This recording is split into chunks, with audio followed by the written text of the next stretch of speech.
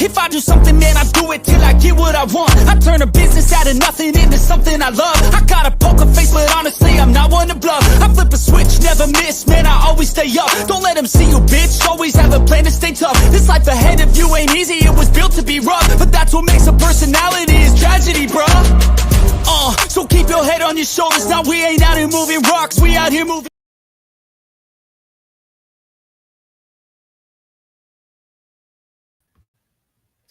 Yes, you're looking at us live in the flesh, y'all. I know we've been teasing the comeback, but crap happens. But we are here, episode number 95. We're on our way, Dante, finally to hit this 100 mark. But what is going on, y'all? What is up? It's me, it's Key. We're back in the building with another episode of 7200 Seconds. As always, I got my guy, Coach Dante. He is here. Coach, what's going on, man? And now I can't hear you. My bad. It feels good to be back up here with the bestie again. But other than that, I can tell you what's up. I know the 76ers ain't what's up. I know that. We gonna talk about that. But nah, all jokes aside. But other than that, I'm just happy to be back. And you know, we try to get this 100 episode, y'all. We gonna get that. Don't worry. We ain't forget. Life has been lifing. I didn't move. As you can tell, I'm in a new spot. But we're gonna get this 100th episode. Trying to get there again. Still be the giveaways. Still the jersey if you're choosing. 3 giveaways. The jersey if you're choosing. Again, we are a sports show. Look, even though we don't do hockey, you want a hockey jersey, you can get the hockey jersey. Baseball, football, basketball, you name it, jersey you're choosing. Then you get the 7200 second shirt, and then the hat as well. Just don't get the Flyers jersey. You know what? The Flyers got more promise than the Sixers right now. I ain't even gonna hold you. Not even gonna hold you. But yeah, the jersey you're choosing, just look out for everything to be a part of that. Again, it'll be the hold up. I gotta find my charger, but not right now because I ain't trying to have nothing die on me. But just look out for that. How to get your name entered and have this big old wheel on screen so y'all don't know I'm cheating. And then there'll be the big call-in show as well. Invite people up here. You just can't be on any old body. You gotta be knowledgeable. You can't have people that's got some crazy takes just to hop up on here.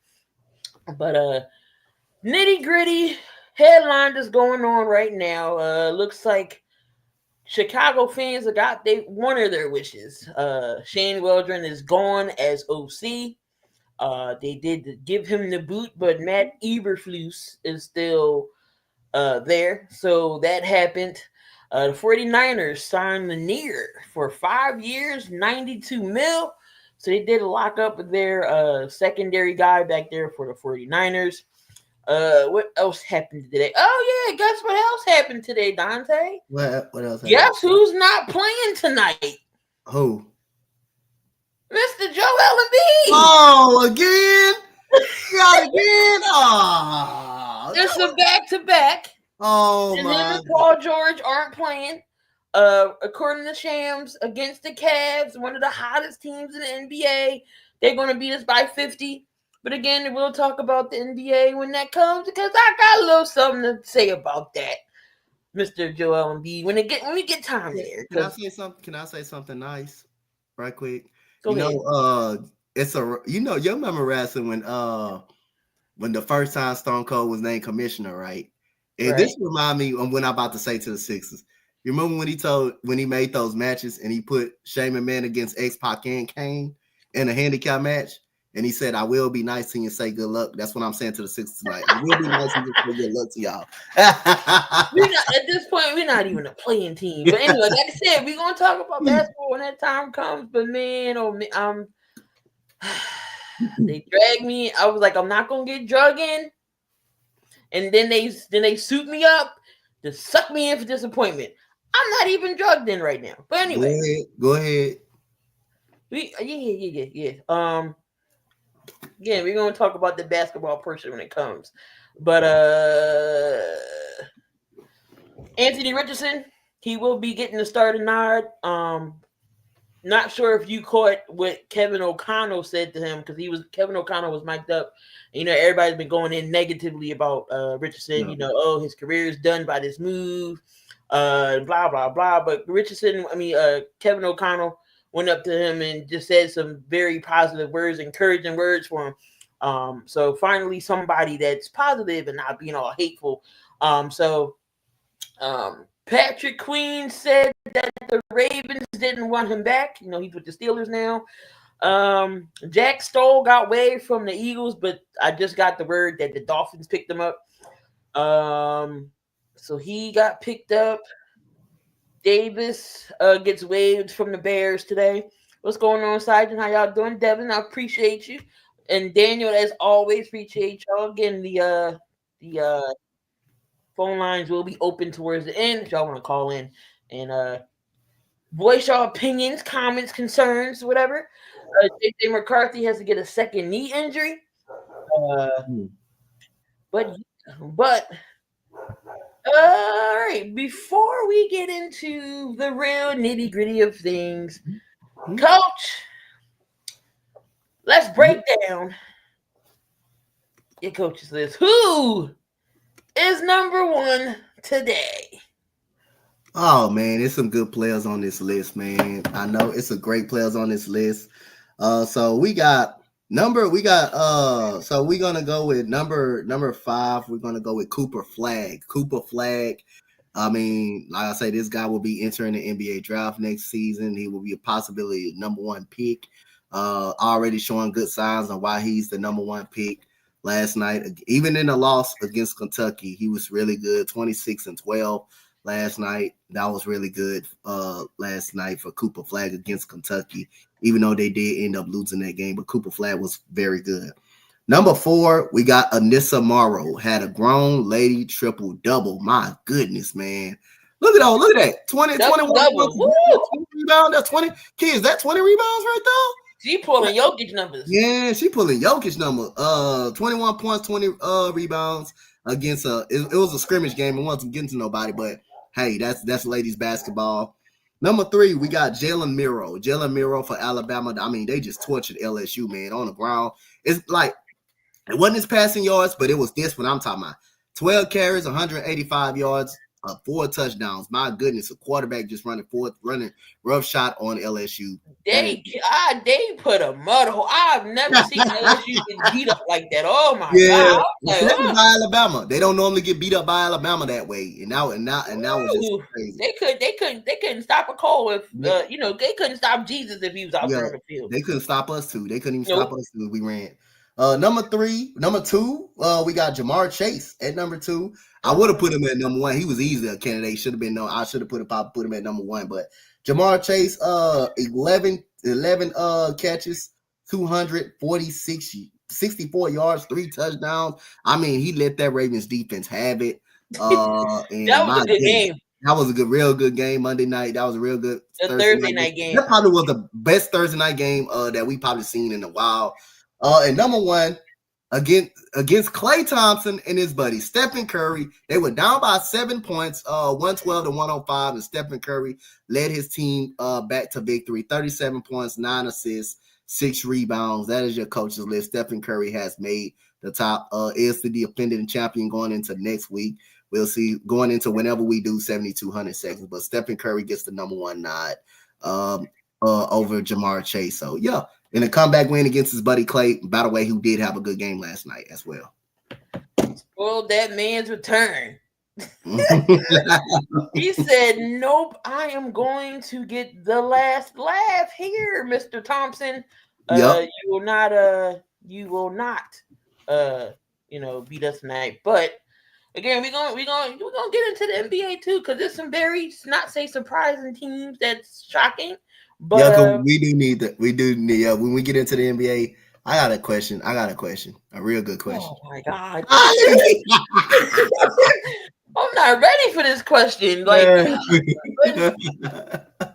you know it's gonna be so crazy, huh? Just gonna shake my head. I'm just shaking my head right now. But we are in week 11 of the NFL. And remember, we were just saying, "Oh, I can't wait till the NFL starts." Mm-hmm. It's already week 11. Yep. You're halfway through the season. So Dante, so who do you think the front runners are in your opinion for MVP? Lamar Jackson definitely is a front runner. I won't be surprised 3 years in a row. That would be insane if this guy get it. You got Derrick Henry definitely is up there. Again, there's only a smaller amount of front runners that's in MVP right now. But like I said, man, I would just say Lamar Jackson.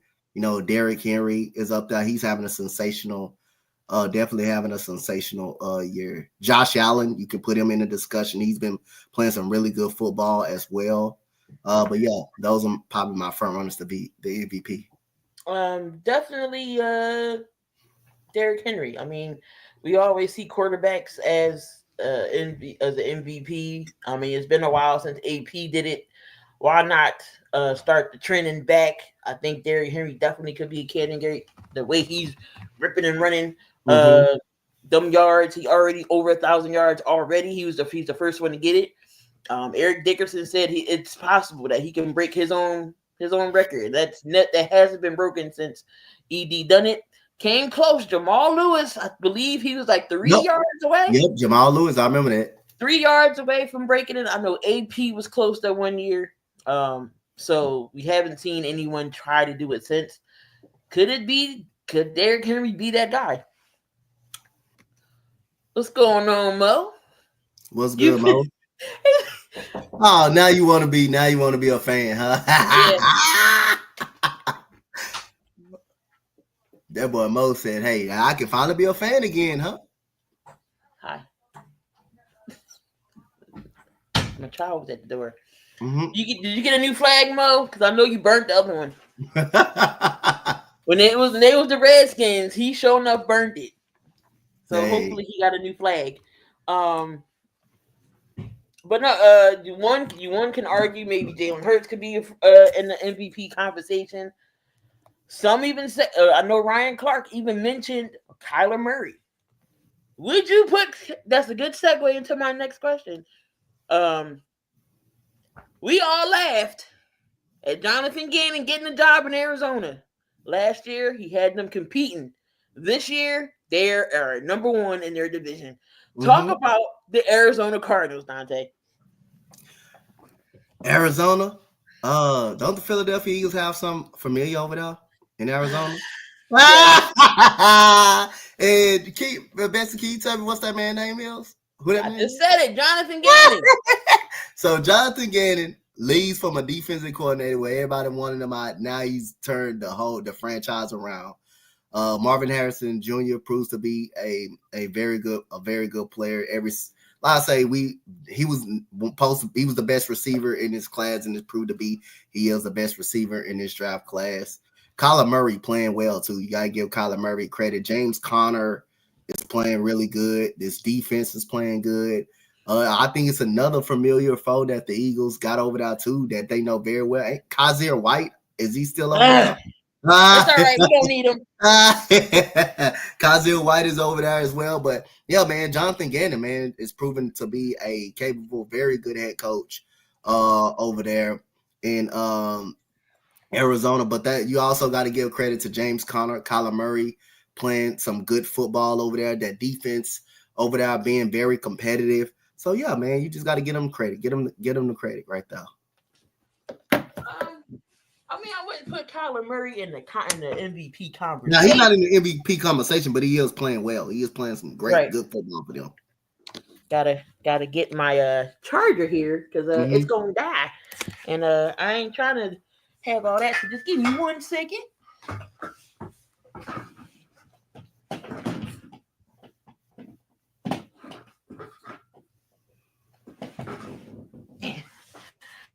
right, there we go.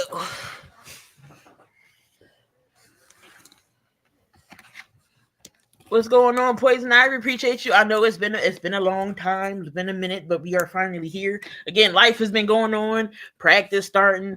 I done moved. Dante's doing his thing with high school basketball and football over there in Texas. Make sure y'all check them out on Instagram if y'all have not. Check them out. Cool, what's going on? Appreciate you. Oh my God, what up?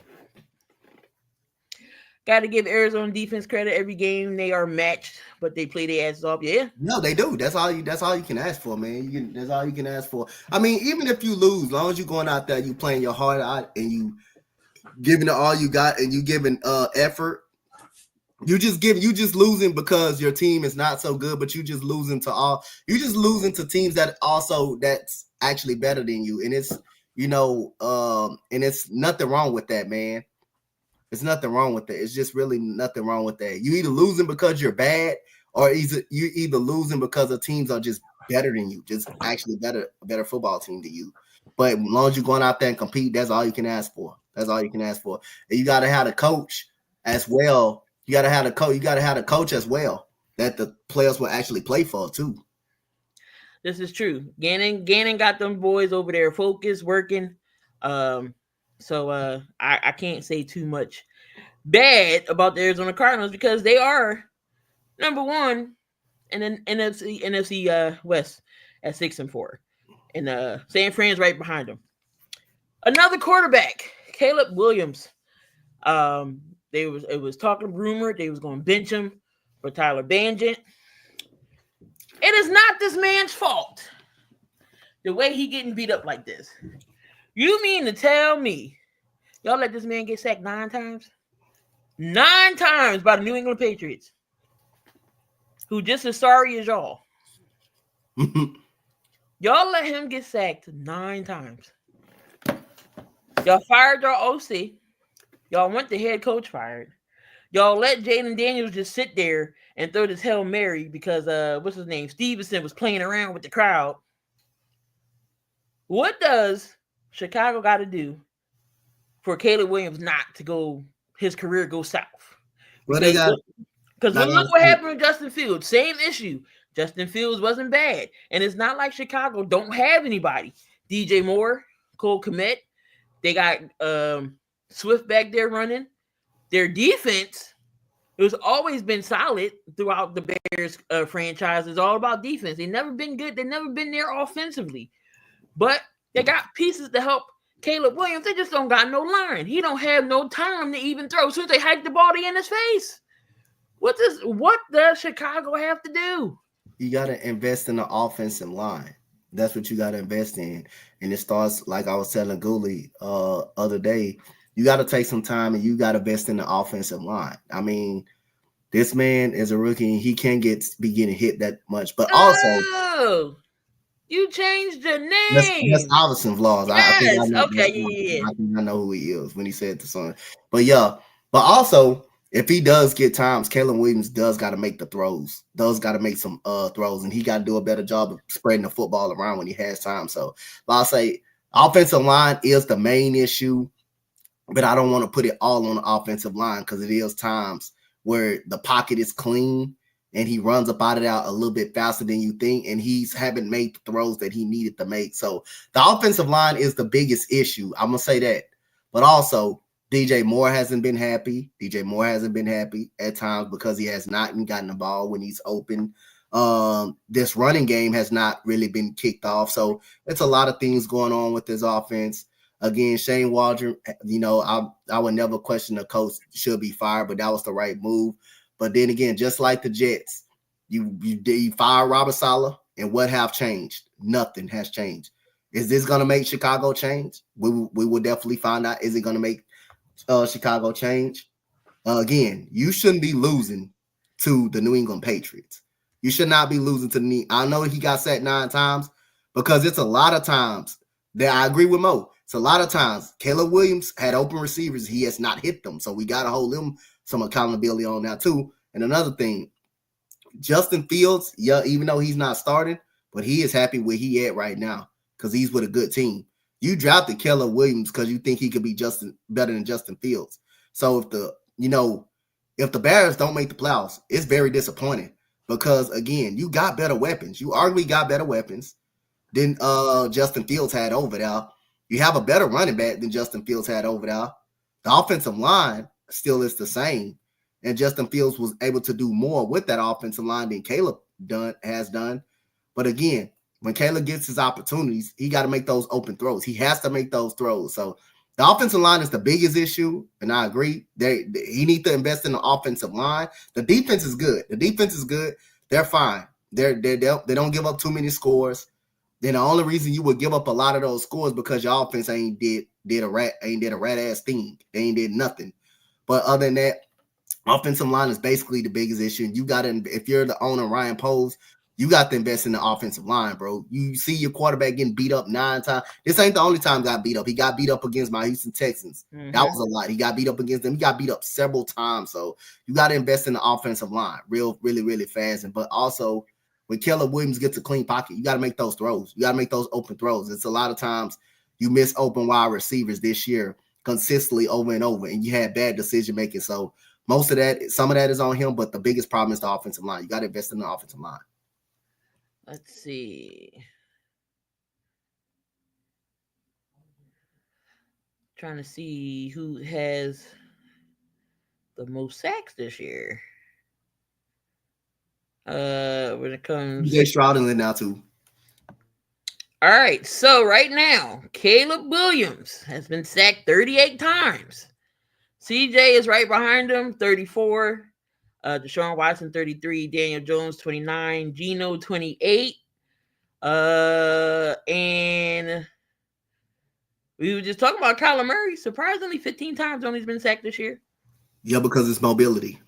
It's mobility. Is that. So, but 38 times. 38 times. Mo says Doomsday gets open enough, he can at least make 6 catches a game. Like I said, the Bears has weapons. They got them. Segue into the next question. We was talking about Robert Saleh, how he was the first coach to get booted.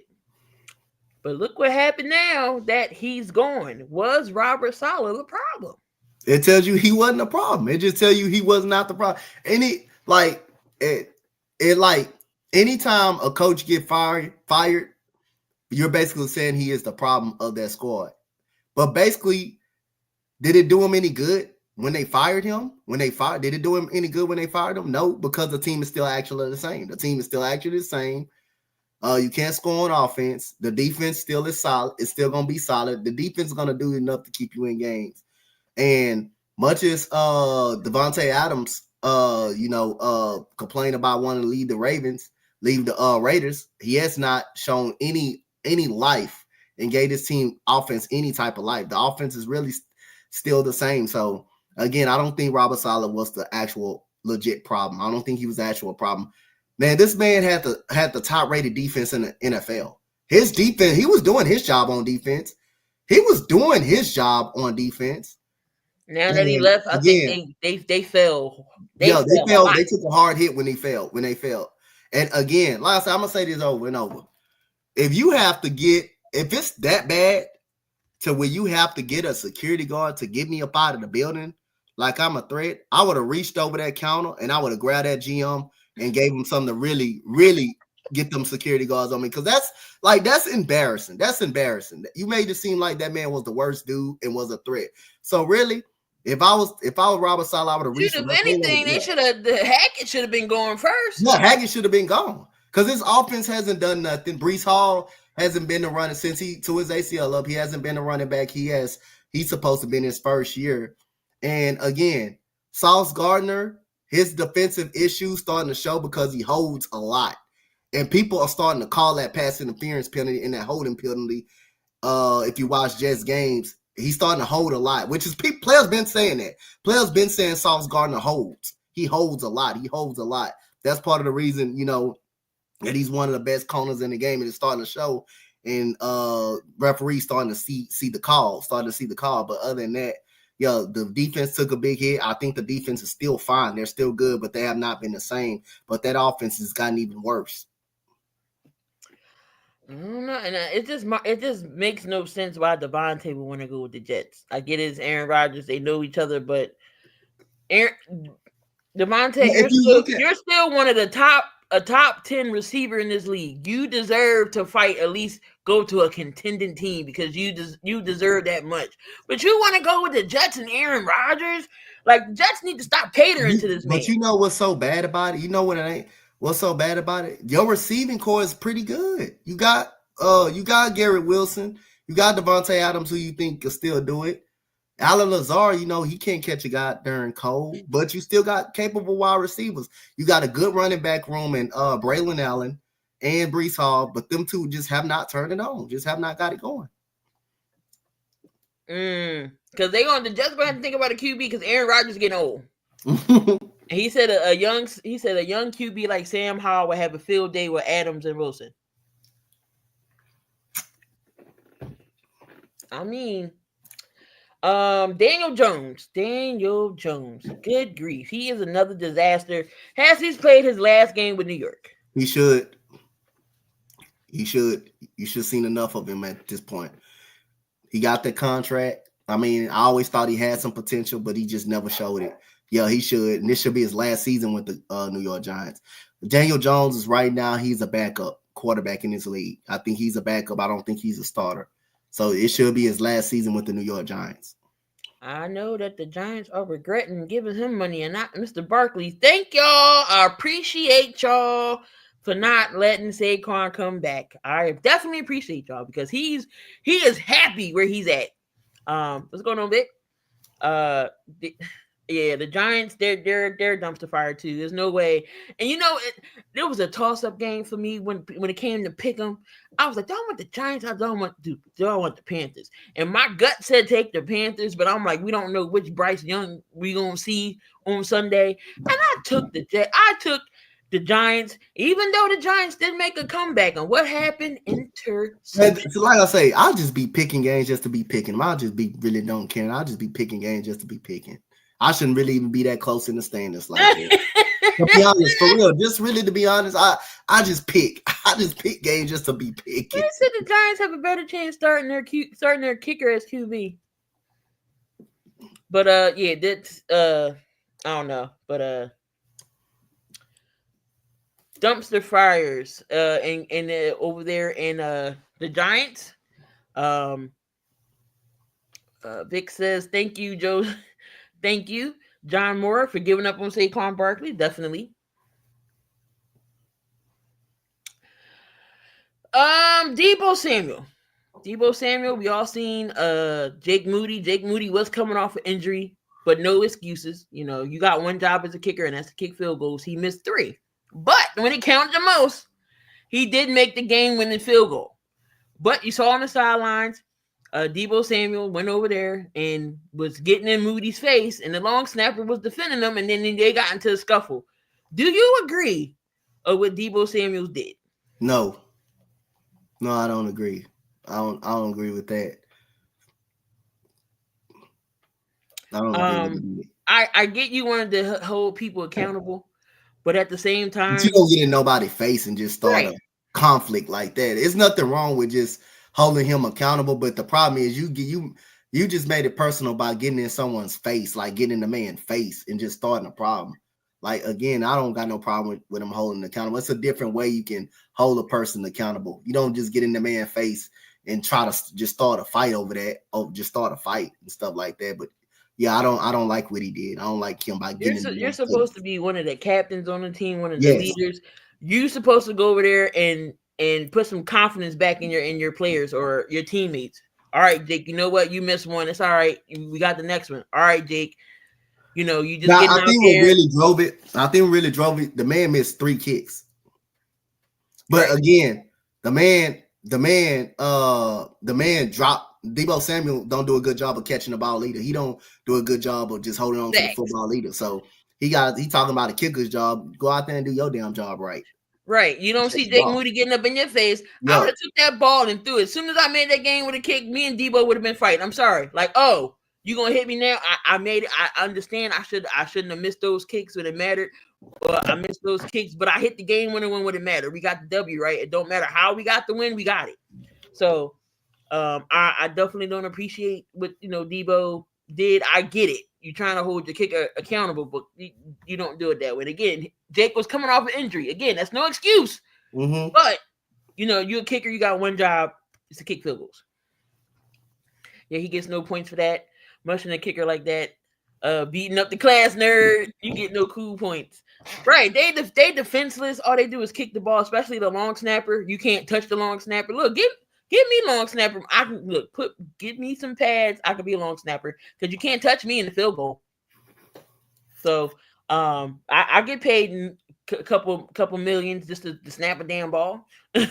But yeah, I definitely don't appreciate what Deebo did. Like I said, I get it, but it's another way he could have done it. It's other analysts on ESPN was like, oh, I absolutely agree with Deep. No. It's other ways of boosting up your teammates and still holding them accountable. But like, all right, Jake, I understand you missing some kicks, but come on, big dog, we need you the next one. Don't something encouraging? Like, why be so negative? Again, why being so negative about things? Like, I just don't like it now. If the long snapper would have got you on your chin, we wouldn't be having this conversation because old boy's about to go in on him. Who's the next coach on the hot seat? Who's the next coach on the hot seat? Mike McCarthy should be the next coach on the hot seat. Got Eberflus. Don't be surprised. Eberflus seat is hot. His seat is burning. You got questions about Antonio Pierce's job as well. You got questions about his job. Is he the right guy for the Raiders? I think they may need to go in a different direction. So I think those three coaches, I think their job is on the line after this season. I got Eberflus. We got Dougie P over in Jacksonville. Mike McCarthy definitely, but we all know Jerry is not going to boot him mid-season, even though this is his last season. Just let him. He's not coming back, so why are you going to fire him for? And then you got Deebo with the Giants. I think he could be on his way out as well. But those are my four.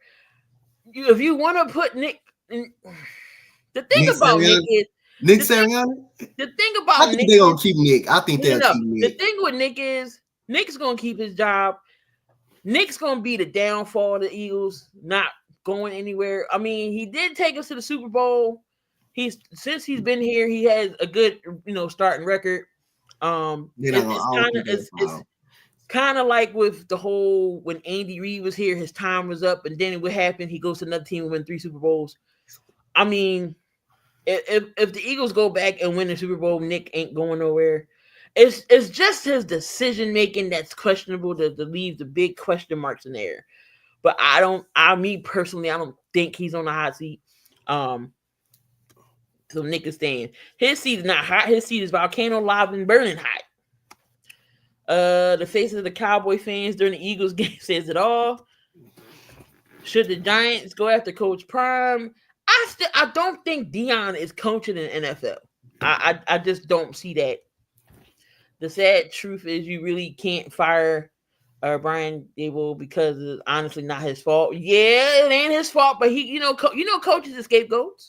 Coaches is gonna always be a scapegoat, no matter if the team is bad. Robert Saleh, should he been fired? You can say no, and the Jets are still the same. You should have got rid of Nathaniel Hackett out of everything. Hackett should have been first to go. Rid of. But you know what? Guess what? That's Aaron Rodgers' guy. So again, is it fair for Robert Saleh to be fired? No. It's not fair for him to be fired, but they fired him and they didn't change, and nothing changed. So, I mean, when you're the head coach and you're going to always get the bulk of the blame. No matter if your team is just a bad team, or not. And I think the Giants is just a bad team. I think the Giants just a bad football team other than that, but I think Daboll's going to take a hit. I mean, they got some promise on the defensive side of the ball. I mean, McKinney's playing okay. Dexter Lawrence. They got some bright spots. Malik Neighbors. They just need a quarterback. Tracy is a good up and coming running back, the rookie. I mean, he fumbled that ball that make the Panthers get in field goal range, and he was really hurt about that. You seen him all emotional. Got to go all the way back home to the States in Germany. That's a long ass flight home. What's going on, BLSG? Appreciate you. Deion Sanders to Cow. I don't think Deion's coming to the NFL. We're gonna talk about Deion later on in the show as well. All right, Dante, let's play a little game right now. We know it's always around that time. Okay. We got pretenders or contenders. Washington Commanders. Contenders or pretenders? Pretenders. They're not contenders. You think they're gonna fall off? Yeah. I think the Eagles are better. I think the Eagles are better. I don't think they contend up to. I don't think they is. No. Minnesota. Pretenders. The Chargers. Pretenders. They're not better than the Bills. They're not better than the Chiefs. The Falcons. Pretenders. Oh, we don't got no contenders so far. Green Bay. I would say Green Bay is a possibility. It just depends on Jordan Love. It depends on Jordan Love. I like their defense. I like Josh Jacobs at the running back position. I would say, yeah. I would give them a contender. I would say, yeah. The Arizona Cardinals. No. San Fran? If a healthy San Fran, yes. A healthy San Fran, yes. Contenders. Healthy. Because they're 5-4 right now. Healthy. And the Pittsburgh Steelers. I would say Pittsburgh right now is a contender right now. I would say it. All right. Those are the ones that I picked up. Minnesota started off hot. I knew that was going to die off. I knew that was going to die. They started over 5-0. Seattle. What about the Seahawks? No. Flat out no. Kansas City. Hold on. You saying Kansas City? No, Vic said he's surprised. He said he thought coach would say contenders are contenders. Commanders are contenders. No. Come on, Vic. I ain't crazy. Vic. I'm not. No. Kansas City is the only unbeaten team. They got D-Hop over there. I know what my eyes see. Everybody eyes see greatness in Commanders, but I just don't believe they'll keep it there. I believe they'll have their moments. You think Casey's gonna run the table the way they're looking? They're barely, hanging on to win some games, and they winning convincingly. Do they run the table? Until otherwise, I say yeah. I'm not saying they're gonna defeat it though. I think it's gonna be a loss in now. I think it can be a loss in now. Oh, when we do picks and predictions, I'm gonna tell y'all about that prediction there. I think that was really it. Oh, the Eagles. The Eagles. I think you can say maybe one of the hottest teams right now. Getting Saquon Barkley. Jalen Hurts, I know first 4 games, he was turning the ball over. Now he's lights out. I believe he has 10 or 11 touchdowns on the year. Talk about how the Eagles turn things around. It wasn't looking too good either. The defense, I was starting to cuss out Big Mangio. Oh, my goodness. Everybody's like, oh, Kellen Moore this. Let Kellen Moore cook. Tell Nick to stop calling plays. What happened in the turnaround for the Philadelphia Eagles? The bye week. Something that was actually needed. The defense started to play a lot better. You finally got a cornerback that can cover somebody in Quinyon Mitchell. Having Cooper DeJean helps a lot. I think the defense and what's that? Josh Huff. He's starting to turn around a lot. He's starting to turn around a lot. But I would say the defense starting to force a lot of turnovers. And relying on the running game, Saquon Barkley, having AJ Brown back, that's a big plus. And Jalen Hurts' decision making has been, better, has gotten a little better, lately. But I think the defense has definitely improved. As we call that island, Guantanamo Bay. Who all has been on that island? Jamar Chase. Who all the elite receivers has been on that list so far that we played, and they have not done anything. So Mitchell is my leading candidate for Defensive Rookie of the Year, in my opinion. Not being Homer at all. I'm just stating facts. No, it's a fact. It's not a Homer if it's a fact. So let me see. So Mike Evans. No, not Mike Evans. Not that game. They blew us out that game. The top receivers he's held. So Jamar Chase, CD Lamb. Who else on that list? Drake London. Well, no, not Drake London. They beat us that game by 1. But I think Drake London went off on us. But he's been clutch. So, again, the defensive rookie of the year, in my opinion. That's a horrible name. Talk about it, coach.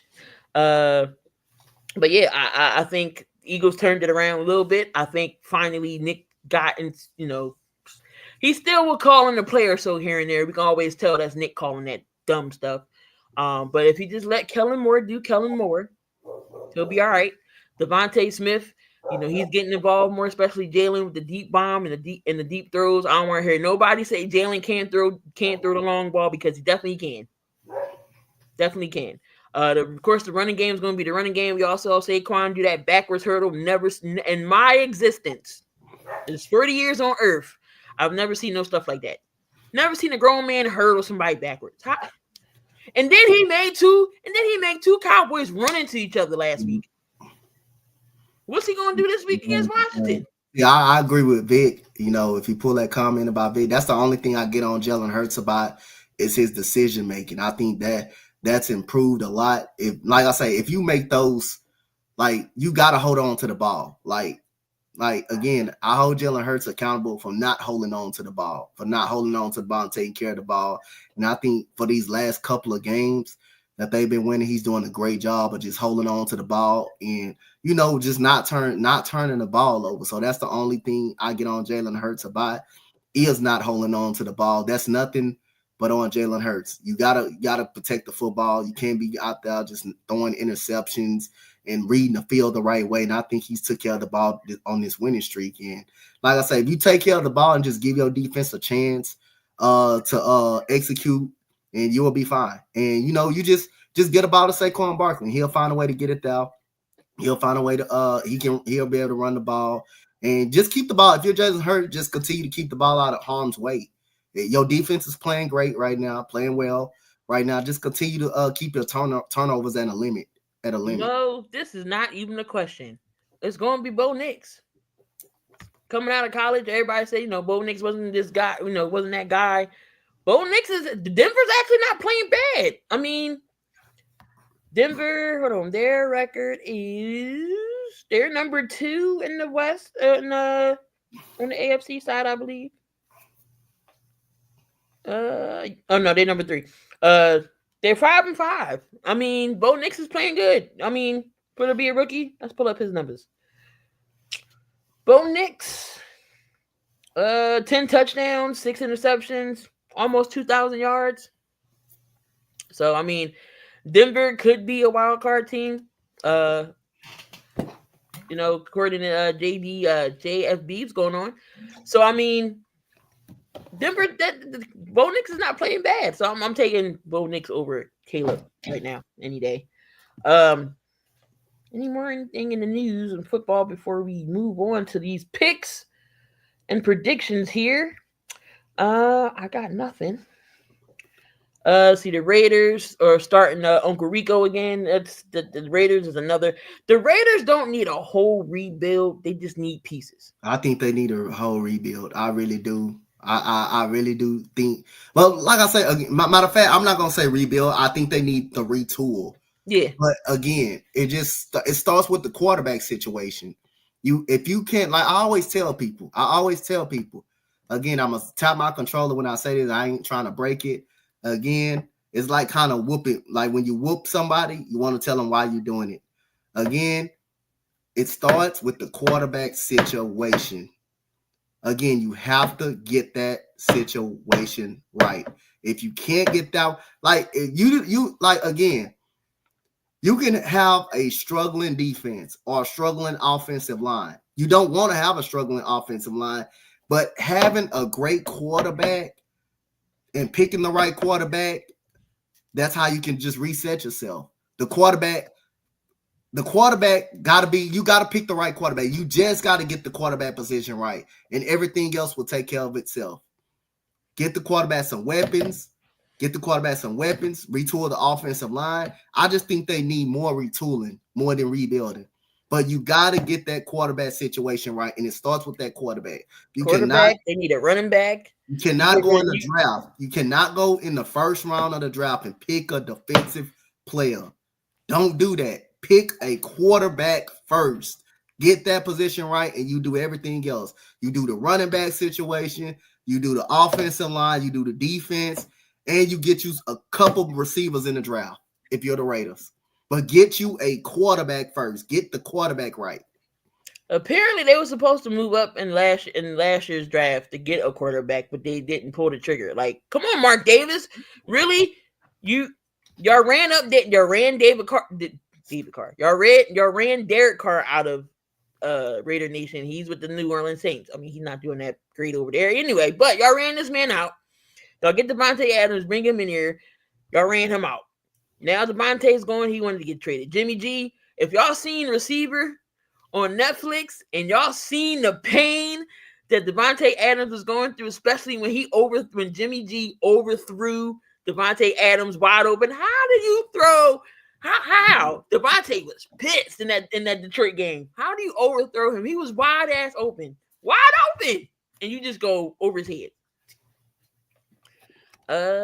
Only thing the Raiders need not to do. Right. They already got the tight end situation figured out. Get you a quarterback first. Worry about the quarterback position first, and then everything else you just worried about after that.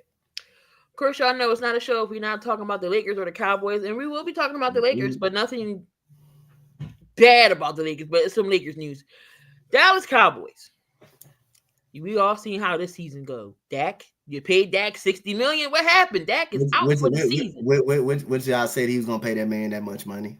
You did. You said Jerry's gonna give it to him. Yeah, I told him. I said he was gonna give it to him. So let's start from the beginning. You paid Dak this. First of all, CeeDee Lamb was holding out because you didn't pay CeeDee Lamb. CeeDee Lamb got his money. Dak, they stated this was his last year. He's won $60 million. Jerry was dumb enough to give it to him. Boom. What happens? $60 million man, highest quarterback in the league. Michael Parsons gets hurt, but you got to pay Michael Parsons because he's coming up next year. Jerry Jones don't want to do nothing to help out this team. The Cowboys are 3-6 for a reason. 2-6. No, they won 3 games. Nah, I think they won 2. I think they 2. What's going on, Burn? They 2-6. Let me see. Ain't they 2? What's good? You made it. Yep, you made it. No, they're 3-6. 3. Okay. All right. 3-6. You're 3-6 for a reason.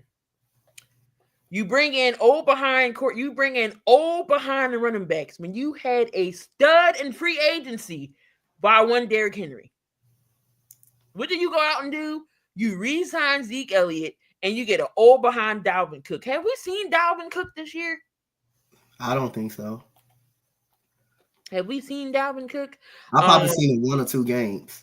Jerry said, "Oh, we're gonna play with the talent that we got, and we're not gonna do nothing." Oh, okay. So Sunday comes. Perfect pass from Cooper Rush to CeeDee Lamb, thinking of the touchdown. CeeDee Lamb misses it. Why? Because the sun was in his face. They asked Jerry about the stadium, mind you, when the stadium was getting built. This the crazy part, y'all. When the stadium was getting built, the contractor said, "You sure you want the windows here? This is where the sun's going to set." And Jerry old self said, "I don't care." Now, the light gets in CeeDee Lamb's eyes. You hear him, you see him said, "I couldn't see." So do you think Jerry Jones is going to make some adjustments to that? Maybe put a tent there because it burnt his own team. He said, "Well, that's a strategy for the other team." Keep telling people, I don't wish death on nobody, but the upper room is the only way the Cowboys will be relevant again. Only way. 3-6, they're going to have a high draft pick. What does the Cowboys need to do, Dante? Well, Jerry Jones not going to fire himself. So what else could we really talk about? I mean, again, ain't nothing they really could do. Well, first of all, they need a running back. You went to the whole season. You knew you were losing Tony Pollard. So why not invest in a running back in a draft or whatever? But again, I think it's time Dak contract. I think it's time for Dak to go. I think you hold on to Dak way too long. First of all, I think you hold on Dak too long. And then you can't stay healthy. Now you can you got some of these old players, their bodies are starting to break down. They cannot stay healthy. So you got an injury problem, you got a quarterback problem, you got a running back problem, and you got an owner problem. Plus, you got a coach problem. You also got a coach problem. So everything that could go wrong with the Cowboys is going wrong. It's just really going wrong. It's the whole throw the whole team away. But again, Jerry Jones not gonna fire himself. He's not gonna fire himself. And the number 1 pick in the draft, the Dallas Cowboys select. Like, no, they're not gonna get Shador, but they're a whole dumpster fire. If the Giants win a couple more games than them, they will be in the basement. But right now, the Giants hold the number 1 pick. Giants own the number 1 pick, and the Giants gonna find a way to mess it up. They're gonna find a way to mess up that pick. They're gonna draft another wide receiver, a running back, knowing y'all need a quarterback. Mike McCarthy, yep, his contract is done after this year. Jerry already said that he's not going to fire him in the middle of the season, but we'll see. All right, y'all, we're going to get into these picks here. Week 11. Thursday night game. Short week this week for the Eagles and for the Commanders. Winner gets first place. Oh, it's the Jags that got number 1 pick? I thought it was the Giants. But hold up. Before we get into this, I seen something here. And I did share it in the Discord. But we're going to talk about it here. Who was the better class? 2018 QB class, which was Josh Allen, Lamar Jackson, Baker Mayfield, Sam Darnold, Mason Rudolph, or 2020's draft? Joe Burrow, Justin Herbert, Tua Tagovailoa, Jordan Love, and Jalen Hurts. 2020. 2020, that's not even a question. You're going to go with 2020. Joe Burrow's been to the Super Bowl. Jordan Love, all these quarterbacks been into the playoffs. Joe Burrow and Hurts been to the Super Bowl. Mm-hmm. I mean, Lamar Jackson, 2 MVPs. Josh Allen can't get over the hump. Mason Rudolph stinks right now. Sam Darnold starting to come. I mean, he's average. And Baker Mayfield, he's okay with the Tampa Bay Bucks. He's been a journeyman, you might as well say. But it's not even close. 2020. Dallas Cowboys. The Dallas Cowboys select Travis Hunter at Deion Sanders' first draft pick. Head coach. I still don't think Deion's going anywhere. But anyway, Commanders and the Eagles. Winner gets first place. Dante, who you got? I got the hottest. I got the hotter out of the two. Taking the Eagles. I'm taking the Eagles to win this game. They got the Eagles a 3.5. 3.5 favorites. Field goal game. I'm going field goal game. They get Marshawn Lattimore, and Marshawn Lattimore is not playing again this week. So I'm going with the Birds here. I mean, I don't think it's going to be a blowout. It's going to be one of those games where, like Vic said, Hurts got to play turnover-free football. The whole offense got to turnover-free. Eagles got to do good on defense. He still got Scary Terry over there. Mo, what's going on, Mo? Dotson's going to be playing his former team. The Eagles are finally getting him into the mix when it comes to receiving. But I'm going with the Eagles here. Definitely going Eagles. We got an AFC North matchup here. And you know, division games are always played tough. We got the Baltimore Ravens going up against the Steelers. 7-2, 7-3. Who you got? Where they playing at? Pittsburgh. I'm going with Pittsburgh. Ooh. I'm taking Pittsburgh. Mo said they got to score TDs. Ooh. Burns said Doug Peterson coming back to Philly to serve Ward of the Howie. They should have left Doug. Well, no, Dougie almost came back and beat us. But they should have left Doug next to his own statue. Ravens and Steelers. Oh man. We seen how the Russell Wilson coming back with playing for the Steelers. Russ is looking like the old Russell again. Russ is looking like Russell Wilson we know. They get Mikey Williams, they was one receiver away. How is it that everybody gets a wide receiver? So Kansas City gets a receiver, DeAndre Hopkins. He scored a touchdown. Devontae Adams, he scored a touchdown with the Jets. Then you get Mikey Williams scored a touchdown with the Jets. But what happened to Jonathan Mingo in Dallas? He ain't in play. Yep. But Steelers and the Ravens. Whew.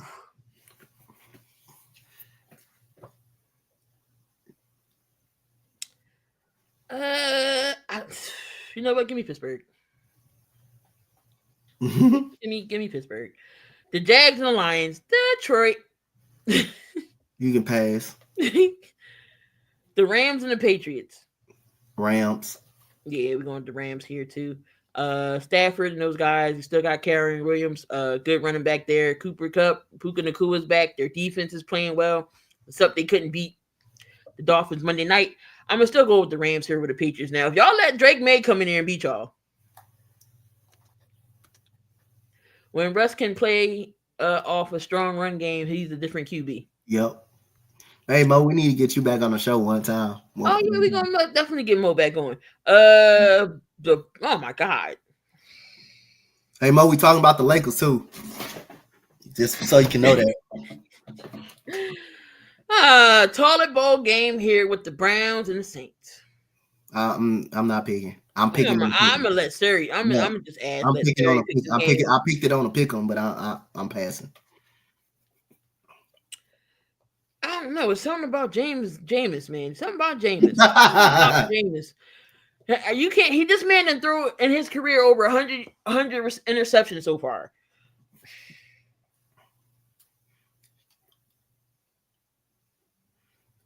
Oh my God! Give me can the Saints bounce back? Give me Cleveland. My God. I'm going with the Saints just because they're at home. The Colts and the Jets. Anthony Richardson starting. I'm going to go with the Colts. Damn, but I don't feel comfortable about that game, though. I don't. No, really. They got New York as a 4.5 favorite. Yeah, I don't feel comfortable. Give me the Jets. Yeah, I'm going to take the Colts, but I'm not feeling confident about that one. Minnesota versus the Titans. I've got Minnesota. Yeah, I'm going to take Minnesota here. Dolphins and the Raiders. Dolphins. Dolphins got a huge win over the Rams. That's a good win. I'm going with the Dolphins. I just don't see it. I see the Raiders getting a top pick this year. And they better go QB. Give me the Dolphins. Packers and the Bears. I'm taking the Packers. I'm taking the Packers. I don't care where it's at. I'm taking the Packers. Another NFC North matchup here. Falcons and the I'm not picking Atlanta no damn more. I'm picking the Broncos anyway. I'm taking Denver. I got the Broncos in the pick anyway. Another division game, Seahawks and the 49ers. I'm going with the 49ers at home. The 9-0 Chiefs versus the Buffalo Bills. I'm taking Josh Allen to beat KC this week, y'all. Guess what? I'm taking Josh Allen to beat KC as well at home, but if they meet up in the playoffs, I will not take them in the playoffs. But I will pick them in the regular season. To beat them. Do we really got to get this game Sunday night? The Bengals and the Chargers? Who you got? The Bengals and the Chargers. I picked the Chargers at home. I'm going to take the Chargers. I think the Bengals can win that game, though. Yeah, they can.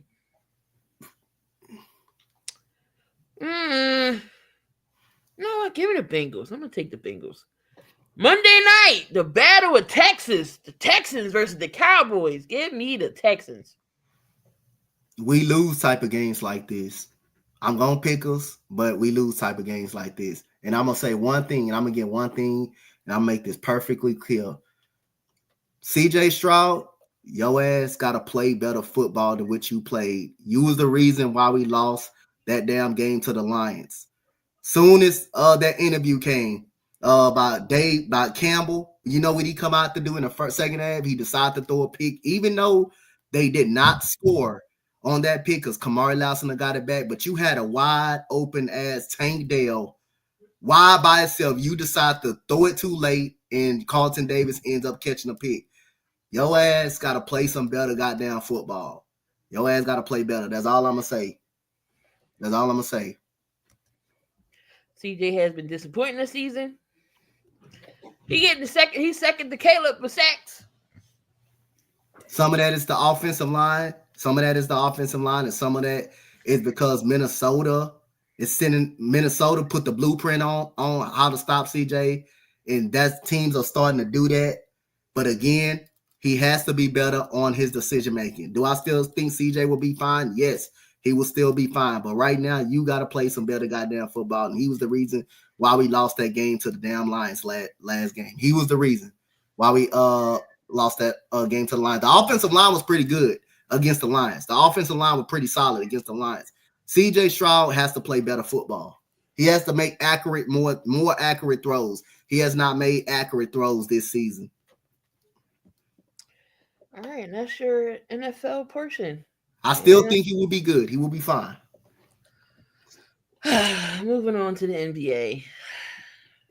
And he's still better than goddamn Trevor Lawrence. He's still better than that motherfucker. T-Law. Overrated.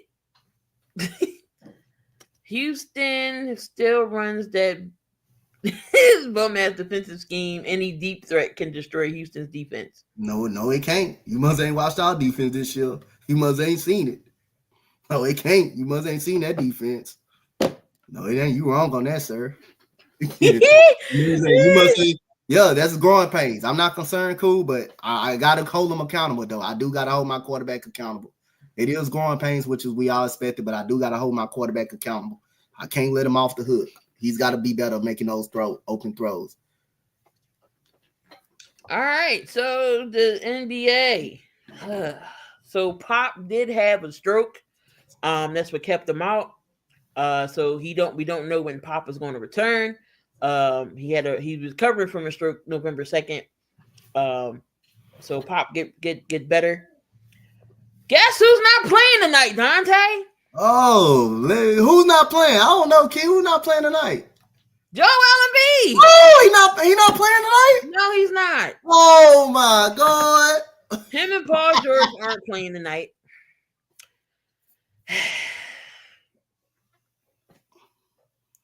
I'm over it. I told him, Key, remember this? Let's bait him in, man. No, you're not going to bait me in. Because this is what happens with the Sixers. Each and every year, they get me. They get me every single year. I try to tell people every single time, bro. And I'm like, yes, let's go. We're good in playoffs. And what happens? Joel gets hurt. You know what happened?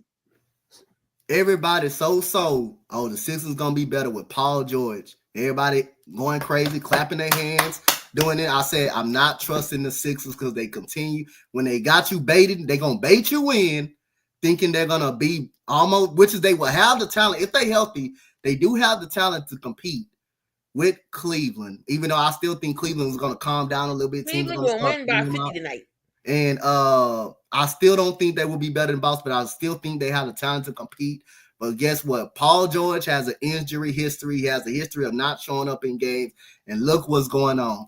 Even with Paul George this season, Joel Embiid played. The Sixers still have not been good. Now, you're going to set them out when you need them guys to play basketball. It ain't nothing wrong with them guys. This is the time you need Joel Embiid and Paul George to get the chemistry together.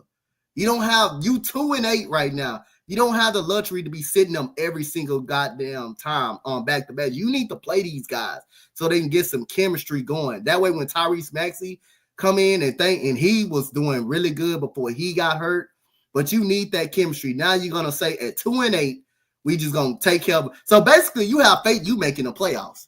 You saying we gonna be all right. We gonna be all right.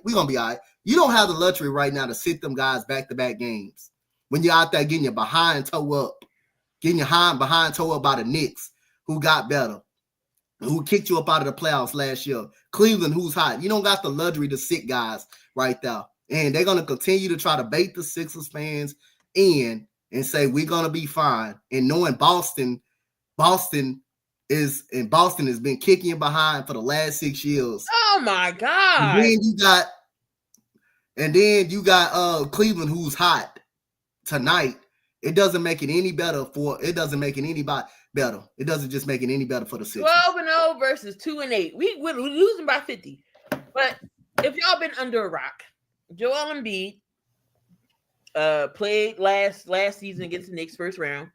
We lost the first round.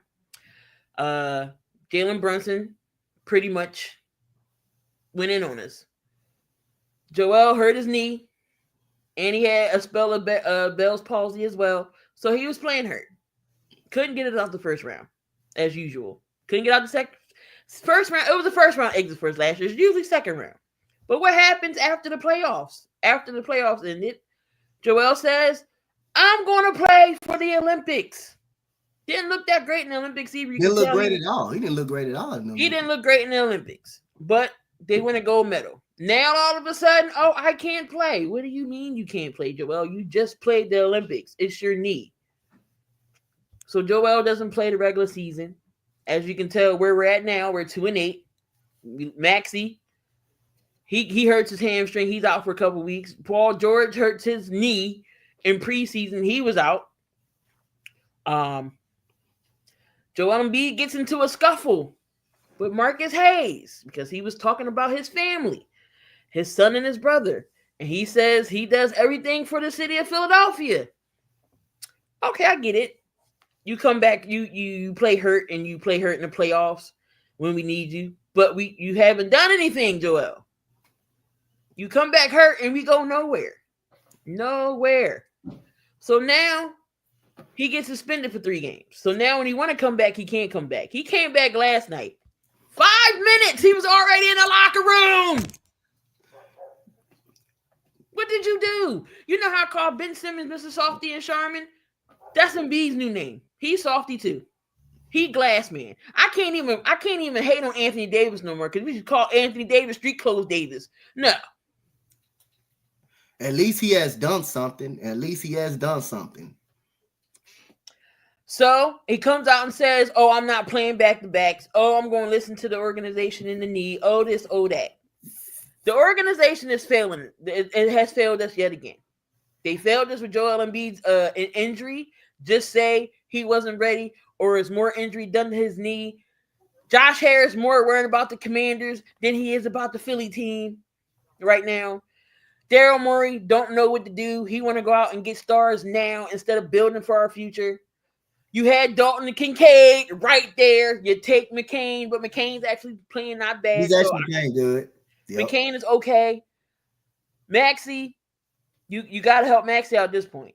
At this point, would I be mad if Joel gets traded or we decide to boot Joel? No, because some team is going to bite for him and give up a haul for Joel, like they did with Rudy Gobert. 4 first-round picks, I will take that for Joel Embiid. Right now. Somebody's going to bite. But I'm over Joel. I can't defend him no more. Hey, I can't. I got it. And sometimes, like I say, when he does play, though, I'm telling you, speaking of fact, when he does play in the playoffs, he has not stepped up and been the playoff Joel Embiid. But I'm going to say this. And this goes to my question, Key. And I don't know if you're going to, I'll say you won't figure it. I don't think this is going to be surprising. Ain't the Pistons a 5-7? Yes, they're 5-7 with Tobias Harris. And did Tobias Harris win that game? Yep. But again, people said he was the problem of the 76ers. And he comes back and he gives the 76ers a taste on. Now that man is 5-7. The Pistons are not the same Detroit Pistons team that they were last year. And I want to give credit to JB Bickerstaff too. That's a solid head coach. Not a great head coach, but it's a solid head coach. He got the Pistons going in the right direction. So I just want to give a shout out to my former coach, JB Bickerstaff. Everybody that leave the Sixers, go somewhere else and get better somewhere else. That's crazy. Seeing your own players come off your team and go somewhere else and get better. Sixers just don't know how to draft. We drafted right was Maxey, Joel, and AI. Yep. You can say AI. Well, you can say Drew Holiday was the right choice, but guess what? You traded him away. Mikal Bridges, you traded him away. No, we traded him on draft night. I'm sorry, I will never get over the Mikal Bridges trade. Mikal Bridges, you gave him away. You know what's crazy? Mikal Bridges' mom worked for the Sixers this year. So we had to tell her son got traded. Y'all helped the Raptors get Pascal Siakam. Y'all helped them get Pascal Siakam. Y'all helped the Boston Celtics get Jaylen Brown. Y'all helped the Boston Celtics get Jason Tatum. Robert Williams, because we traded that trade away. Y'all look at big. He said y'all drafted Doris Noah. Y'all drafted 3 straight sitters in a row, 3 straight years in a row.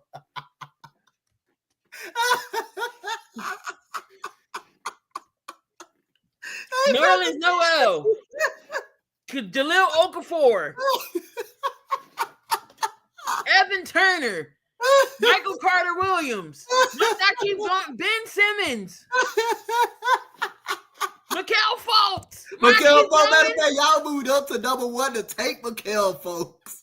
To take him.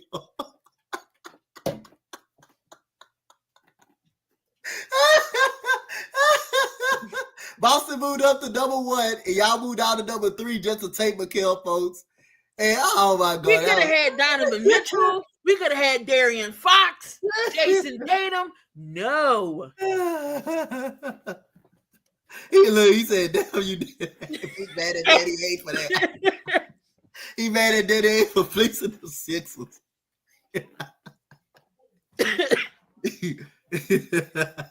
But it's again, I can't make excuses with Joel no more. Of course, everybody was like, who was worse, Ben or Joel? It's Ben hands down, because at least Joel didn't make no fake injury and say mental health. Unlike, Ben did. Now, the Lakers did make one mistake. That was it. But it ain't cost them too bad.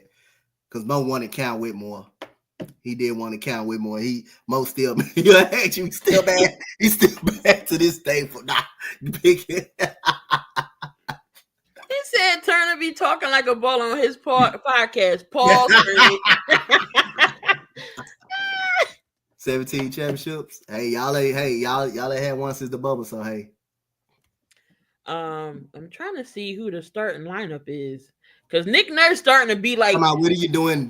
What are you doing like right now in this age, right now? Not in 20 in the bubble or nothing. What are you doing right now? I can say we have 2 banners. But that doesn't mean nothing because we haven't won them in a long time. That doesn't mean nothing.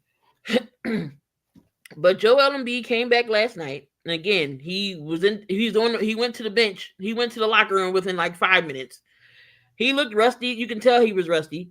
And in-season play started. What's going on, Big Time? If y'all have Doug, what's good, man? If y'all have not checked out, y'all gonna follow my boy Doug, man. We know he is the Cowboys guy. He's the Laker guy. But in all, Doug is a good dude. Go, shout out the Big Time show. Tell him we sent you. We don't count the bubble championship. We actually won something in the 28 years. Lakers had the worst season. The bubble championship do count. They do count. Because if everybody else would have done it, we can't say that. Everybody in the pandemic that won a championship. If everybody in the pandemic won, or if the Six would have won, that would have counted. So I can't knock the Lakers for winning that championship. That does count. The banner's still up there. You can't take away the banner. It does count. A ring is a ring. I agree with that. So Joel played 26 minutes, 2-11 from the field, 5 from 3, 3 rebounds, 5 assists, 3 personal fouls, only 13 points. Paul George gave you 29, 10 of 19 from the field, 7-11 from 3. Caleb Martin, 17 points. McCain came off the bench and dropped you 23. Only four people in double figures. Kyle Lowry, old self. DJ East would kill me when he talk about that, man, bro. Oubre only had 5 points. Yabusele only had 3. Andre Drummond had 5. And that was really it. So Nick Nurse didn't play Eric Gordon last night, thank God. But again, Daryl Morey likes Daryl Morey likes his Rockets. Like everybody else wanted to win. Everybody else had the same amount of days off. Everybody else played the same amount of games in the bubble. You can't say it don't count. Because if the Sixers would have won, it would have counted. If the Lakers, which is they won, it counts. A ring is a ring. My Rockets was in the bubble. If they won, it damn sure would have counted because, like I said, that would be our third championship. That would have been our third championship. So everybody that was in the playoff bubble, it would have counted. It would have counted. A bubble ring or not. It counts. Here go Burn. Miami sucks. Damn. But yeah, I can't even defend Joel no more. Shaq's got on him. Everybody's got on him. What's going on? Earn is in the building. Shaq, hold on. We gonna play what Shaq said about Joel. Hold on. And tell me if y'all agree. This is my fear from Mr. Embiid. Doesn't really energy what you had knee soreness. How are you going to play when you return? You're supposed to play with a lot of energy, but it ain't really looking good for him. Right here, you take a shot. It's not the shot we expect to take right here on the post. They're disrespecting you by not doubling. You know, that little soft double shouldn't stop you, but this is 0 for 3. You had 10, 12, 13, 14, 15 days off supposed to be playing with a lot more energy. So this is from there. But now, this guy, he's familiar with the team. He's been there, training camp with the guys, playing in rhythm. Came off 3 30-point games, playing well. I like the way Cat is playing this year. I'm happy for Cat. In New York, it's a tough team to play, but this was the fear I had for Joe Embiid. You announced arrogantly, I'm not playing back-to-back, honey. I'm not injured, but I'm sore. I come in when I want to come back. Now, when you say things like that, you're supposed to come back with extra energy. 0 for 3, I'd have been 0 for 15. But you know what y'all have said? Hey, Shaq's not playing well, but he's playing aggressive. So the plan that they're having, it's not working. And not only that, I say this respectfully. Joel Embiid will never win a championship until he gets his mind and his attitude right. He can never come out and say I'm not playing it back-to-back. That's all from this. You agree with Shaq said? Hell yeah.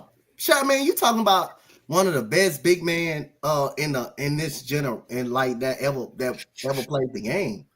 Again, bro. Again. I mean, a soft toe injury. I mean, you had guys play with broken ligaments and broken thumbs.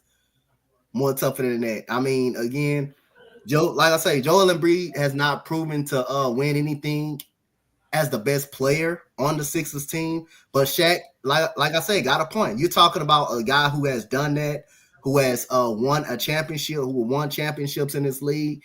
Fat and out of shape Shaq still played every single night, played back-to-backs every single night. And Joel Embiid is just being too lazy of a player. And I don't know what he does throughout the offseason. He's not nothing. You know what he does in the offseason? He's always hurt. He has to recuperate from his injury, so he can't train. He seems to never be in shape, though. That's the thing. He seems to never be in shape. I don't know what he's doing to his body in the offseason. I really don't know. But other than that, Shaq is absolutely right. His work ethic, you can question that. You can question his work ethic. Mo says, I've been saying this he said, for all his talent, Embiid has a lot of quit in him. When the lazy guy calls you out, that's sad. Yep. And Shaq was lazy. Shaq was fat, out of shape, and lazy. But guess what? He still was out there playing basketball, though. He still was out there playing basketball through all that. He still was out there playing basketball. Sometimes, hey, you even question Shaq's work ethic. Lakers, Jerry West, all them guys, they even Kobe even questioned, a lot of guys question his work ethic. But guess what? He still was out there playing. Fat and out of shape. Joel Embiid won't even play throughout the nagging. He won't even play through the soft injuries. Why do you think that Philadelphia loves AI so much? AI went out. Y'all had to take. AI said the trainers had to take his shoes so he wouldn't go out and play. And he would go send somebody to go buy him a pair of shoes from the sneaker store so he can play. Iverson was the greatest little man, but he had a heart of gold. And he put his heart and sleep on that floor each and every night.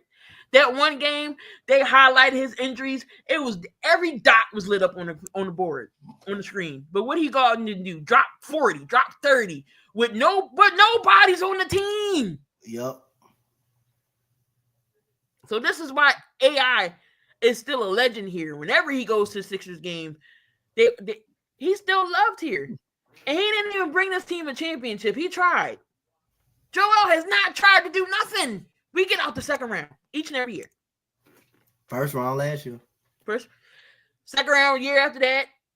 It was the first round and Boston swept us. We beat the Hawks. The Hawks beat us.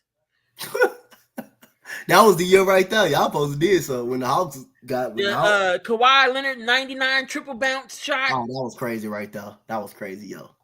I think that was the best year y'all should have did. Y'all should have made it. That was the best year right there.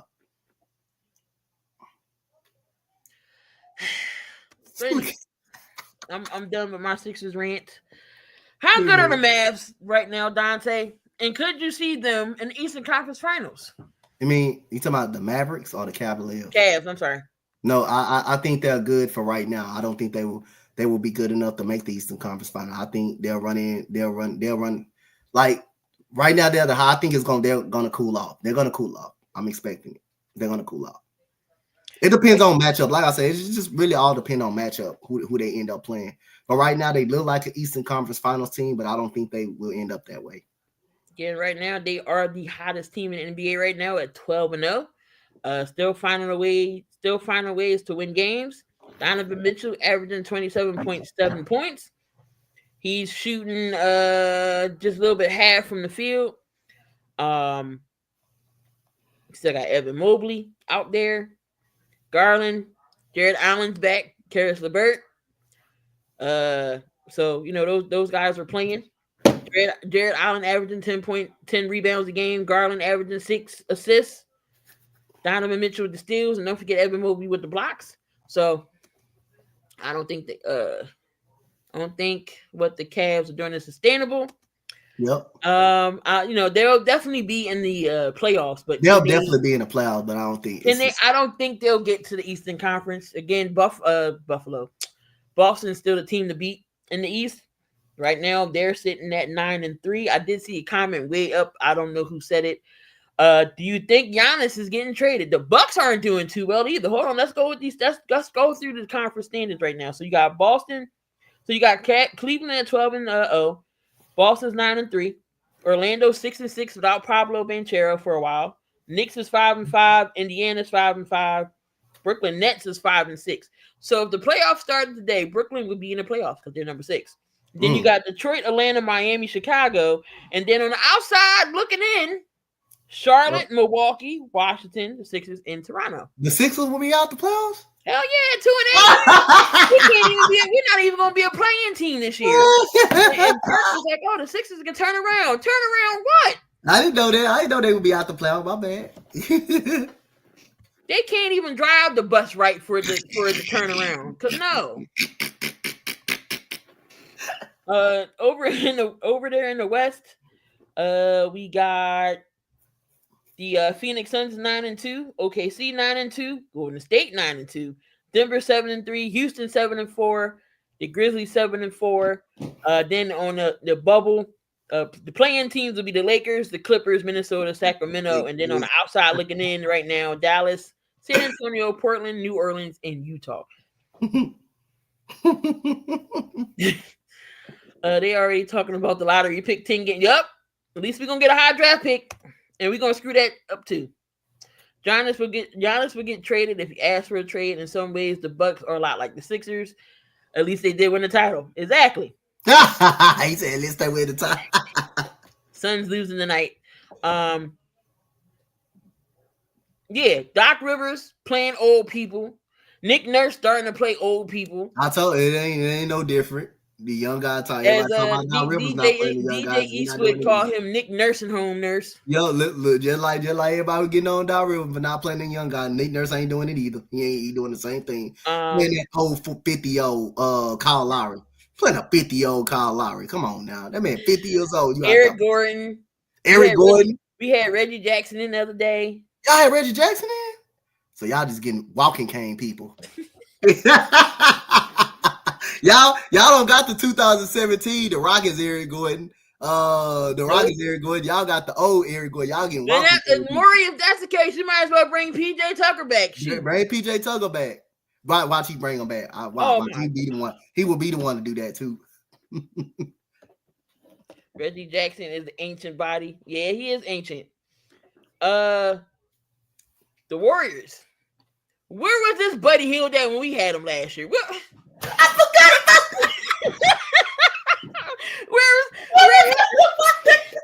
Where is this Buddy Hield at? I swear to God, I forgot about Buddy Hield. Buddy Hield go with the Warriors and it's cooking.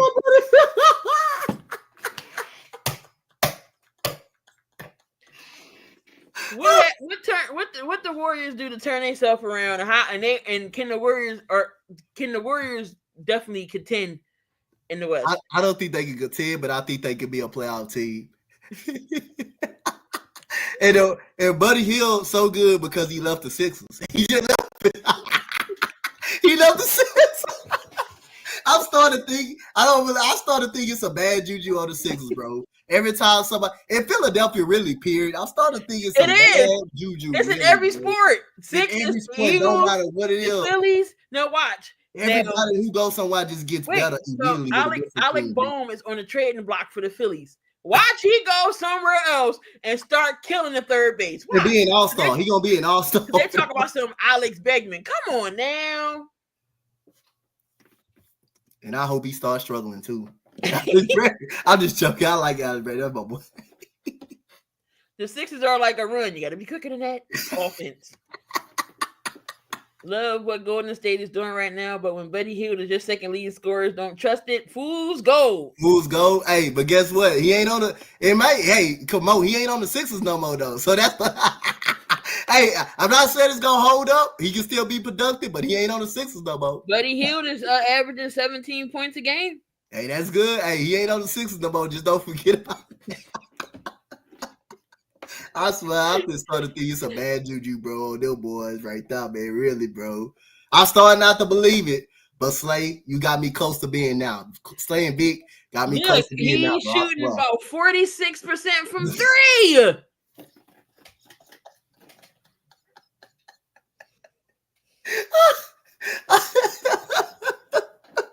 I'm starting to say it, bro. I'm a whole lot for it. But Slay and Vic almost got me saying I really think so. It's some bad juju going on, especially with the Sixers, bro. I'm really starting to think that, bro. Real talk. He had 14 points. He was 2 of 8 from 3, but he had 14 points last night. Things just don't happen to former Eagles. Cool said except Ben Simmons. You're absolutely right, because he's still doing absolutely nothing. But everybody else done something. I mean, I know some Eagles though that have went somewhere else being productive, but the Eagles, they've been an all right organization. They're way better than the Sixers. They're way on par than the Sixers is. Sixers is not even really close. The Eagles are way more closer than the Sixers. I'm about to go ask Howie, can he be GM for the Sixers? Maybe he can help us. God. Matter of fact, that wouldn't be a bad idea. Really, that wouldn't probably be a bad. He know how to get players. He know how to go get players. You know, he'll get players and be good at it, and will save us some money. Yep, Daryl Morey want to go get walking cane guys that you need to put icy hot on their knees and stuff like that. He'll go get those type of guys. He'll get them when it's too late.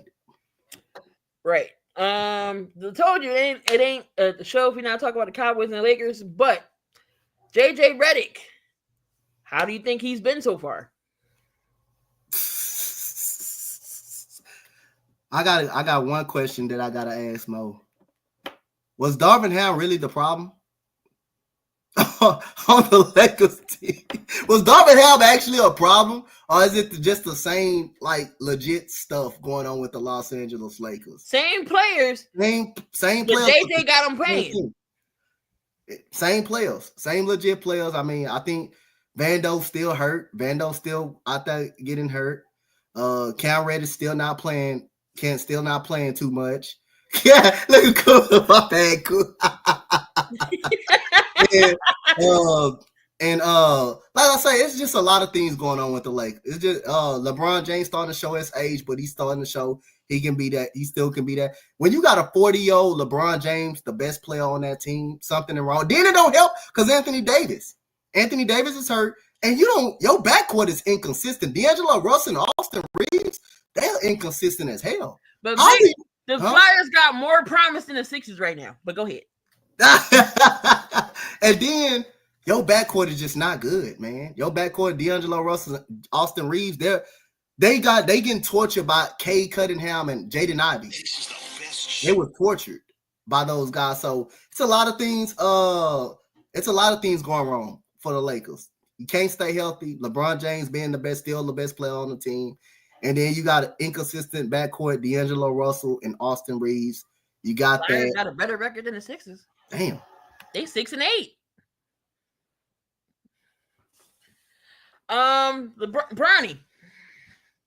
Bronny James went down to the G League, and they just said that Bronny's only going to play home games in the G League. So how are you a part-time G League star? Make that make sense. You a part-time G League star? They're not even letting him travel on away games. He's only playing home games. This the man that got paid all that money for an undrafted rookie, and he only can play in home games? In the G League. Make it make sense. They don't even trust in that dude, that kid. Is this gonna hurt him in the long run? It's not gonna hurt him because I don't believe he's gonna be a part of the team, but it's not LeBron's fault though. It's not LeBron's fault. I mean, his dad got him drafted. I mean, again, hey, his dad got him paid, got him actually paid. And if it weren't for LeBron James, he would be undrafted. He would be undrafted. But again, it's bad. You doing load management in the damn G League and only playing home games. So this what the Lakers did. And I hope Mo call in. This is what the Lakers did. They just basically gave away money. They just basically gave their money away. He'll take this money. You just all. He's not even a G League star. They just basically gave away money. Just a guy. He just basically gave away money. They just basically gave their money away. That's one thing what Mo was mad about. You gave money to Max Christie, $32 million for 4 years, and he done nothing. He's done nothing. You just giving away money. You just giving away your free money. But you couldn't go out there and you couldn't pay the bet minimum on Gary Trent Jr. You couldn't pay that guy a bet minimum. I wanted Gary Trent Jr. Yes, you couldn't pay that guy a bet minimum contract, but you could pay guys like Max Christie 4 years of 32 mil, and you could pay Bronny James all this money just to only play home games in a G League. That's crazy. They just throwing away money. They just throwing it away. I didn't know that was possible. And you couldn't even get a player for free. You couldn't even get Cam Whitmore for free in a draft.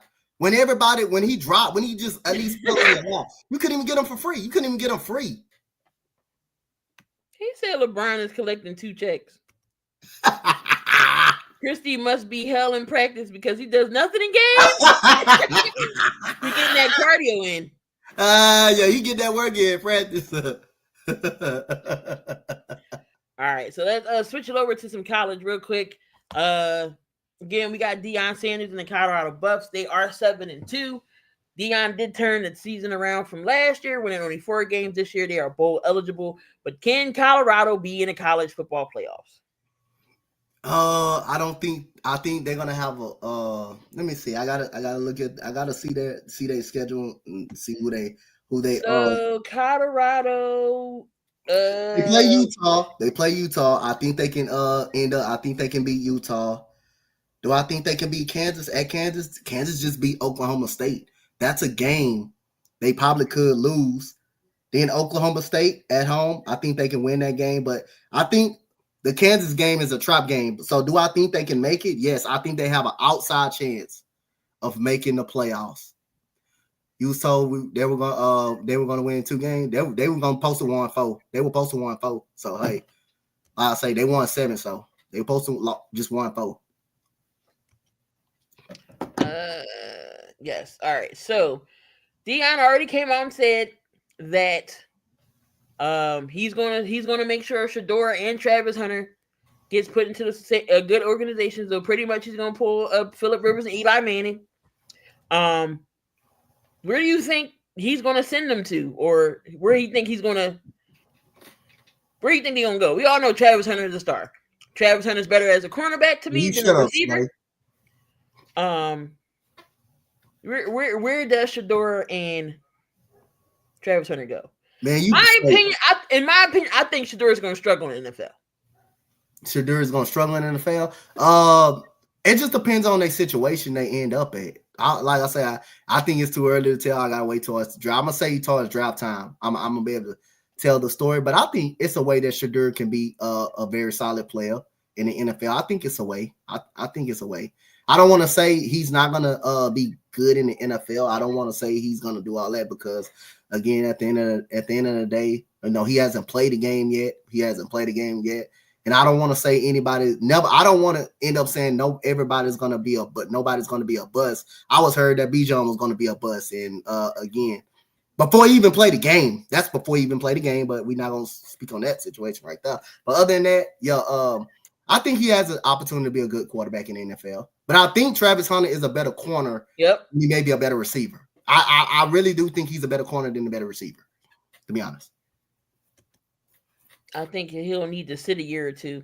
I think Travis is not going. He's not going to play both ways in the NFL. They might put him in some packages where they're going to put him in. Yep. But he's not going to play majority of the snaps like he does in college now. So is it good that he's a corner and a wide receiver? Yes, but I think he's better at the corner than the wide receiver. That's just. Does Deion leave or does he stay? Nope.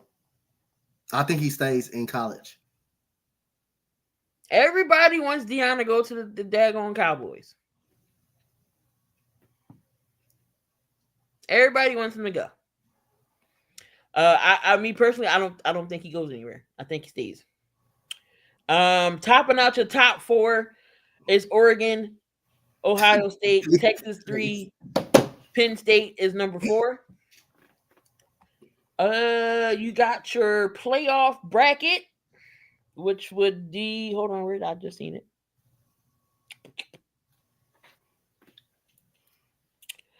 So coming into week 12, it'll be Boise State against Ohio State, Notre Dame against Tennessee. You got Ole Miss and Penn State, Alabama, Indiana, and then it looks like Miami. Is that Miami? Hold on. I can't see the bracket.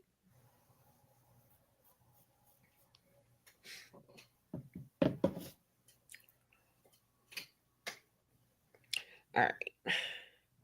But who do you think gets in? Because only 12 teams gets in this year. Well, since they made that playoff change. I think Texas ends up in.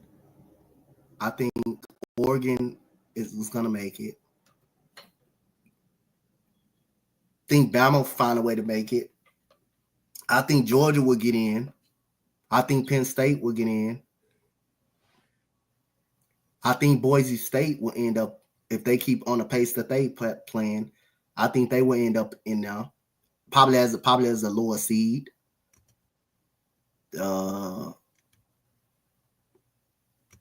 I don't know if Miami. I got questions about the Miami Hurricanes. I don't know if they will be in.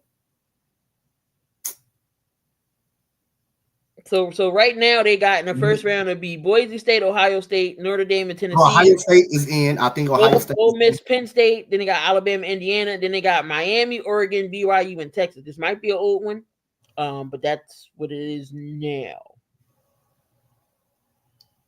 I can see. I can definitely. I don't see Indiana getting in. I don't see Indiana.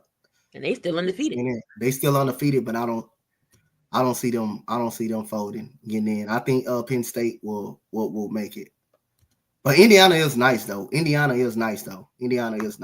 Fire Franklin. Franklin can't win big games. Franklin definitely can't win the big games. All right, so let's run down this list real quick. They deserve the credit. They do. They deserve the credit. Like anytime a team like that is undefeated, they deserve it. They deserve it. They does deserve it. Of course, college basketball started too. We're gonna get more in depth with the girls basketball later on.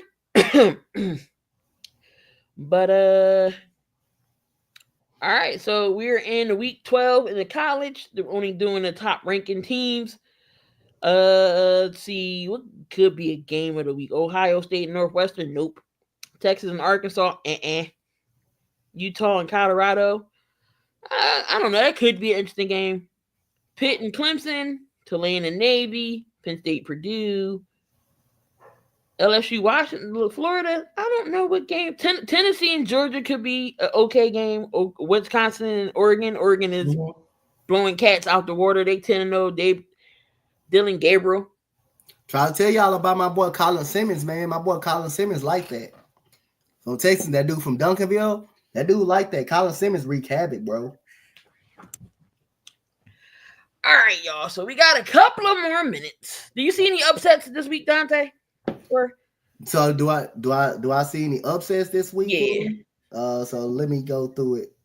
Let me go through my list. Let me go through it. All right, so I'm on one. Let me go to the top 25. All right. I can see Arkansas beating my Longhorns. I can see that happening. But I don't think it will. You know what? Pitt over Clemson.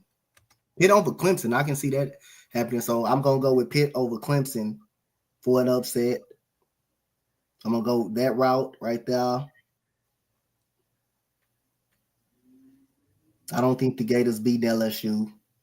I don't think they beat LSU. But, yeah, I'm going to go with Pitt over Clemson. I'm going to go with that as an upset. I'm going to go Pitt over Clemson. All right, so let me get the phone number up because I sure enough forgot what it is. So hold up. Y'all don't call in with no crowd, man. Yeah, I'm just joking.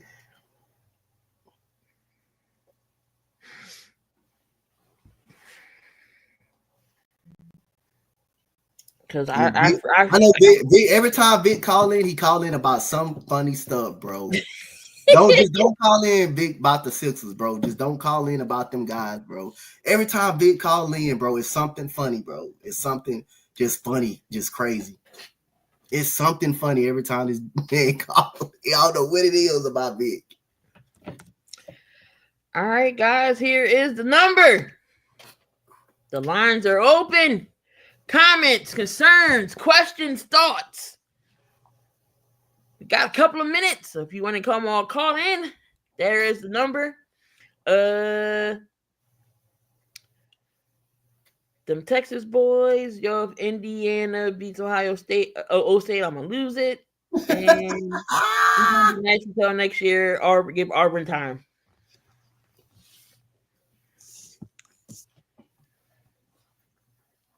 So what games are going on tonight? Let's see.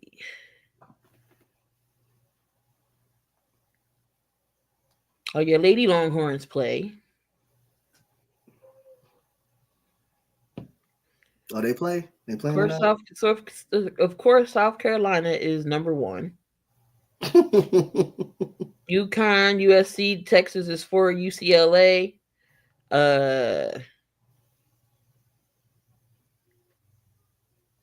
Well, they got that a 99.1 chance of us beating Lamar. Man, that's crazy. LSU, Flade Johnson, and Anissa Morrow had that grown man double 20 and 20. Hey, be mad at CJ Stroud. CJ Stroud threw the game against the Lions. He was the reason why we lost that game against the Lions.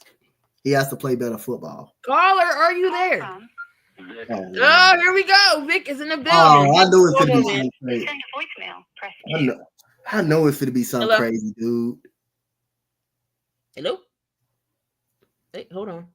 Vic, you might have to call back in. I know it's gonna be so funny that Vic finna say, bro, and it's boy. I swear, it's always is, bro. He said, yeah, yo, man, Vic do this every single time, bro. But that's my boy. I love that dude, man. That's my boy Vic, man. He call it every time he call it, it's something funny that he say something, bro. Vic, you might have to call back in. I didn't hit the button. Like it's something funny every time that dude call in, bro. All right, hold on.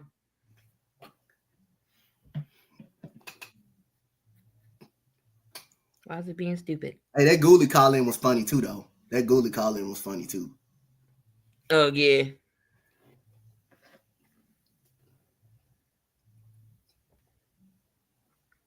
Look, we gonna call Big Back. He said we call it Big Back. Oh wait, here we go. Call from Big round 2. to accept, press 1. I didn't hit the accept. That was my bad. Vic, are you there? Yeah, I'm here. What's going on, man? Nothing much. Just called in to say what's up. All right, what you got for us? Listen, I'm gonna bring it up for tomorrow because tomorrow's gonna be a big game. I heard Coach before say that the Commanders were pretenders. I'm gonna be real with y'all. Right now, the way I see it, just the way the whole season played out, I think the Commanders, you gotta look at them as the leaders of the NFC East right now. They played the best ball throughout the year. You know, they started off rough at the beginning. Of course, you have a brand new quarterback, but they've been playing really well as of late. I know that Steelers game hurt. But coming up against the Eagles, you know, we still are at a point where we're still making a lot of mistakes. I mentioned it earlier. Jalen Hurts has to play a very good football game. Can't give up the ball.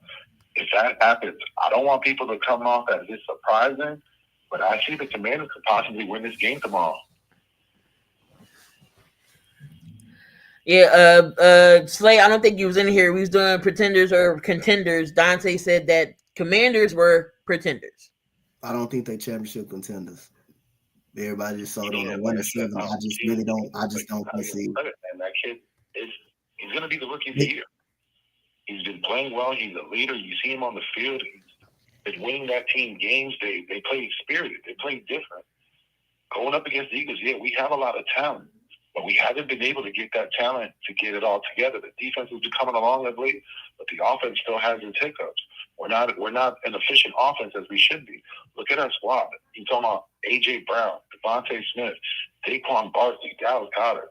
If you can get those pieces moving, then we would be unstoppable. But I kind of feel like sometimes whether it's the coaches or the players or maybe a mixture of both, we get in our own way. That's very true. That's very true. Like I said, this game is going to be close. It's not going to be a blowout like people think it is. It's going to be close. I think it's going to be a close game. It's going to be a real close game. But as for the Sixers, listen, let me just say my piece right now. Oh, Lord. The Sixers are kind of like the way the Eagles were when you were a kid growing up. Like, you always see them playing decently. They never get that far, but you love that team. You would love that team to death. But it's heartbreaking year in and year out when they sell you that, you know, just one more year. Next year's our year. Trust the process. And we trust it. And to date, man, it still hasn't, you know, given us any dividends. We haven't gotten a championship. We haven't gotten out the second round.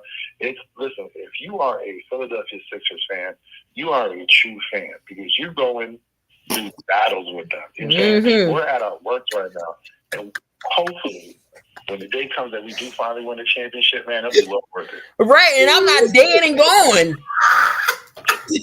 Listen, like I said before, Joel Embiid, the comment he made was crazy where he was like, you know, he did so much for the city of Philadelphia. The only thing the city of Philadelphia wants from Joel Embiid is a championship, and he has not done that. You know, you want to give out excuses of, you know, he was injured, this and that. But at the end of the day, the fact of the matter is, Philly still has not won a championship since '83. And that's I wasn't born yet. Since who? What it was? 83. I came the next year. I'm 40. 83? Golly. I was just getting out of diapers.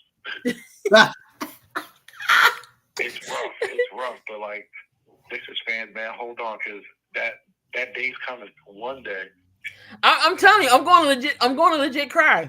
I'm going to be balling like, oh my God, we actually did it, and I'm still here to see it. The one thing I will say is, please, Sixers fans, stay away from the horse poop. Stay away. Appreciate you, Vic. Yeah, man. Much love to y'all. All right. All right, Vic. All right, have a good one. We'll take a couple more if anybody else wants to call on in. Comments, questions, concerns, anything they want to get off. That would be.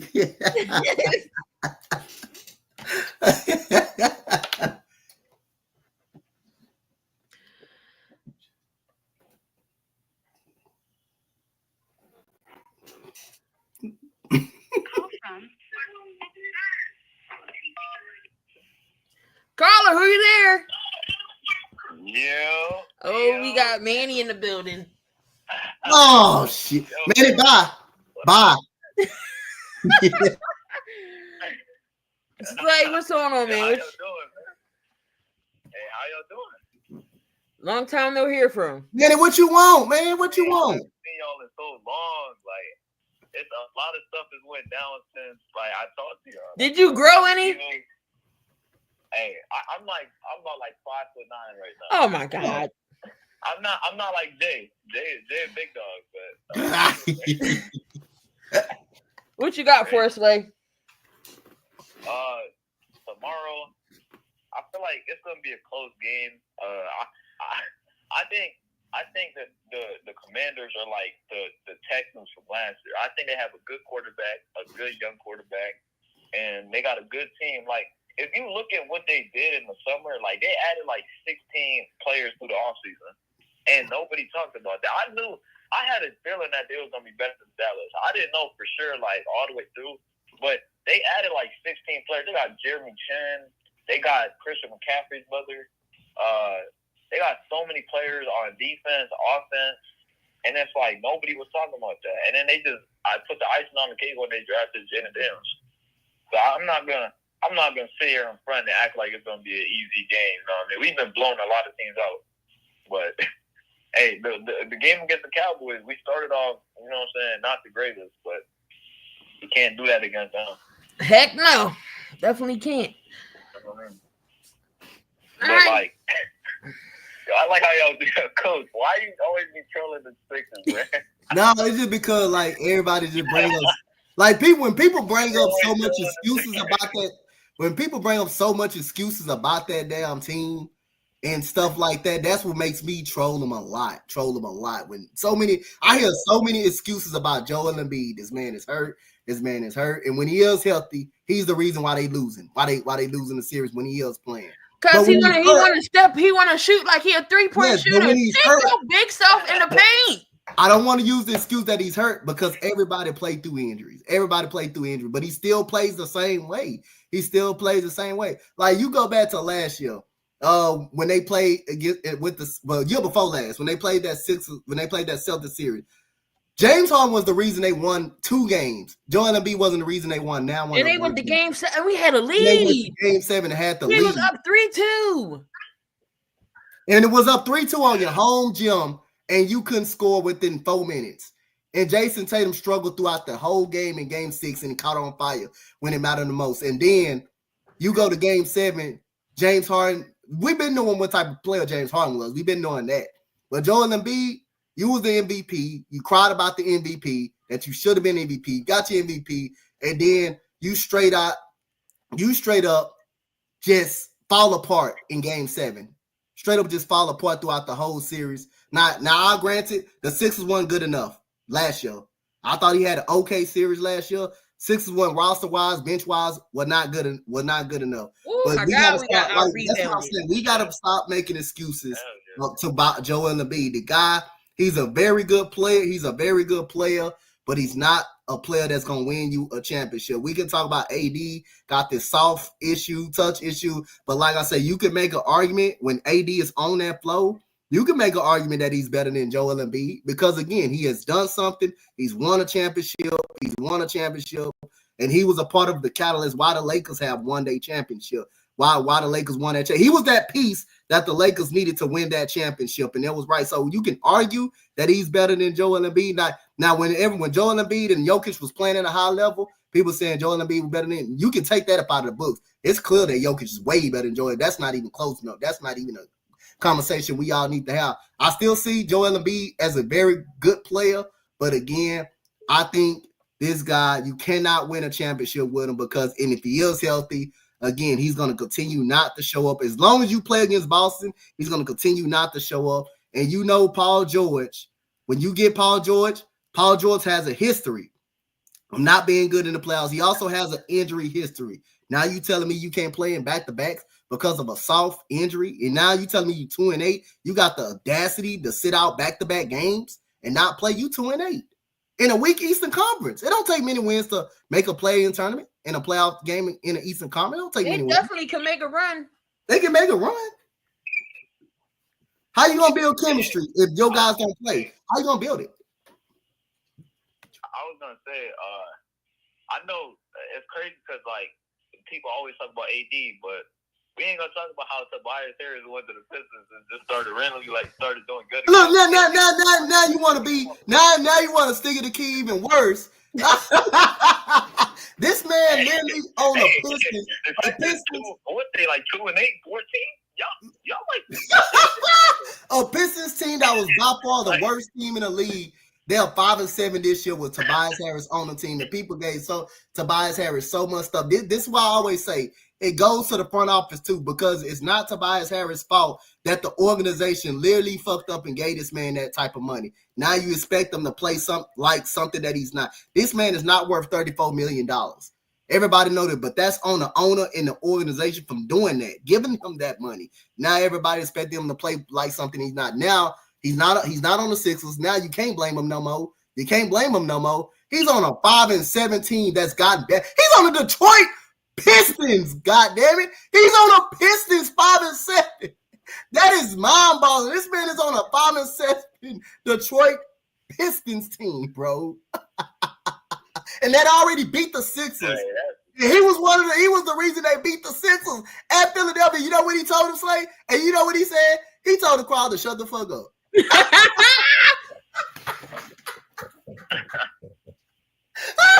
That's what he told him. I completely agree, bro. Joel Embiid soft as hell. Jimmy was the change. Yes, that's what they messed up on, Big. They should have signed Jimmy. They should have signed Jimmy Butler at that stage. Because that's what changed their team. When they got Jimmy Butler, that's what changed their team. And now they wanted to go with Tobias. They chose Tobias Harris and let Jimmy Butler walk and let Jimmy Butler go. They made that wrong decision. That's why I say you hold the organization accountable from giving him that money, not going for Jimmy Butler, giving that to Jimmy Butler. Anything else you got for us, Slay? Nah, man. I mean, he explained it right there, man. This is big ass. I'm just playing, Keith. Hopefully y'all win a ring before, you know what I'm saying, you die. My God.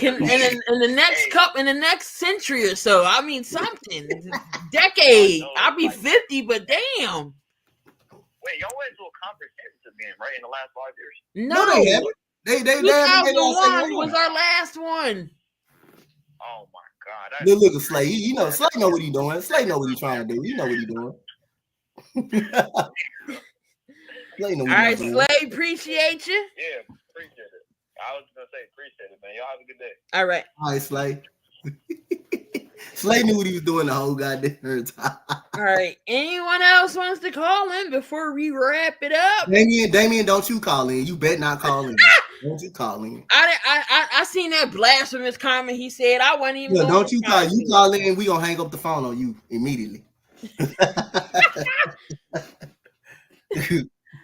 But no, you know who I haven't seen lately? Where the hell is Koo at? Arku? Oh, yeah. he hiding somebody's channel saying some blasphemous stuff. Now we gonna we gonna hang up the phone. We gonna hang up the phone with me. I would hang up the phone immediately on David. All right, y'all. Let me get this wrapped up here. But we definitely appreciate y'all. We actually went 2 hours. We actually went 7,200 seconds this episode. Yeah, yes, we did. But no, appreciate y'all in the chat, of course. Appreciate Slay for calling in. Vic, as always. We had Mo in the chat. Cool. Appreciate y'all. JB and all y'all guys. Come back next week. We'll got some more stuff. Hopefully, my pain. Y'all. Yeah. But it's hard being a Sixers fan. Definitely is. Told you I'm gonna have a hoodie. I'm gonna pull it. And yeah.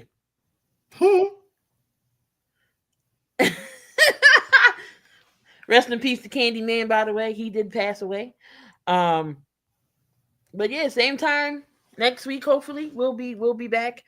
Now we're 4 episodes away from 100. 4 episodes away. Remember that big call-in show will happen. Of course, we can bring people on camera, or you want to call in. Either way, we'll put the link out there. We'll give you the number. Come and hang out. Come and tell us your funniest moments. I'm sure what your best rant was, because I'm sure Coach had a bunch.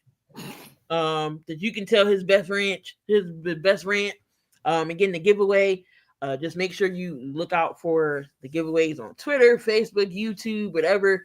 So you can get your name drawn into the giveaway. Jersey of your choosing will be number 1. Again, we're not a hockey show, but if you like hockey, you want a hockey jersey, you'll get it. Hockey with jersey of your choosing, you're gonna get 7,200 second t-shirt and then a hat. So 3 winners get something.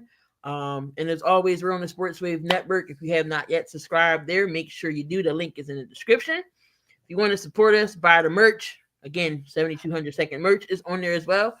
Link is in the description. You don't have to, but if you want to, you can. Dante, what you up to? Anything up? I know you're doing your high school things, right? Yep, I'm still doing high school basketball. Just started, so yep, doing my high school stuff and everything. So that's what I'm basically always up to. All right, y'all. So again, for Coach Dante and myself, we're gonna get on out of here. Because I gotta, and then later on, we're gonna be talking about some Eagles. So I'm gonna be on with Cool and the crew. So make sure y'all tune on in for that for Eagles Elite 8:30. Eagles fan, or you just fans in general, come on in. But yeah, we're gonna get on out of here. Love, peace, and hair grease. Remember, if y'all gonna do something dumb, just do it safe. Like if you're gonna drink at home. Don't drive.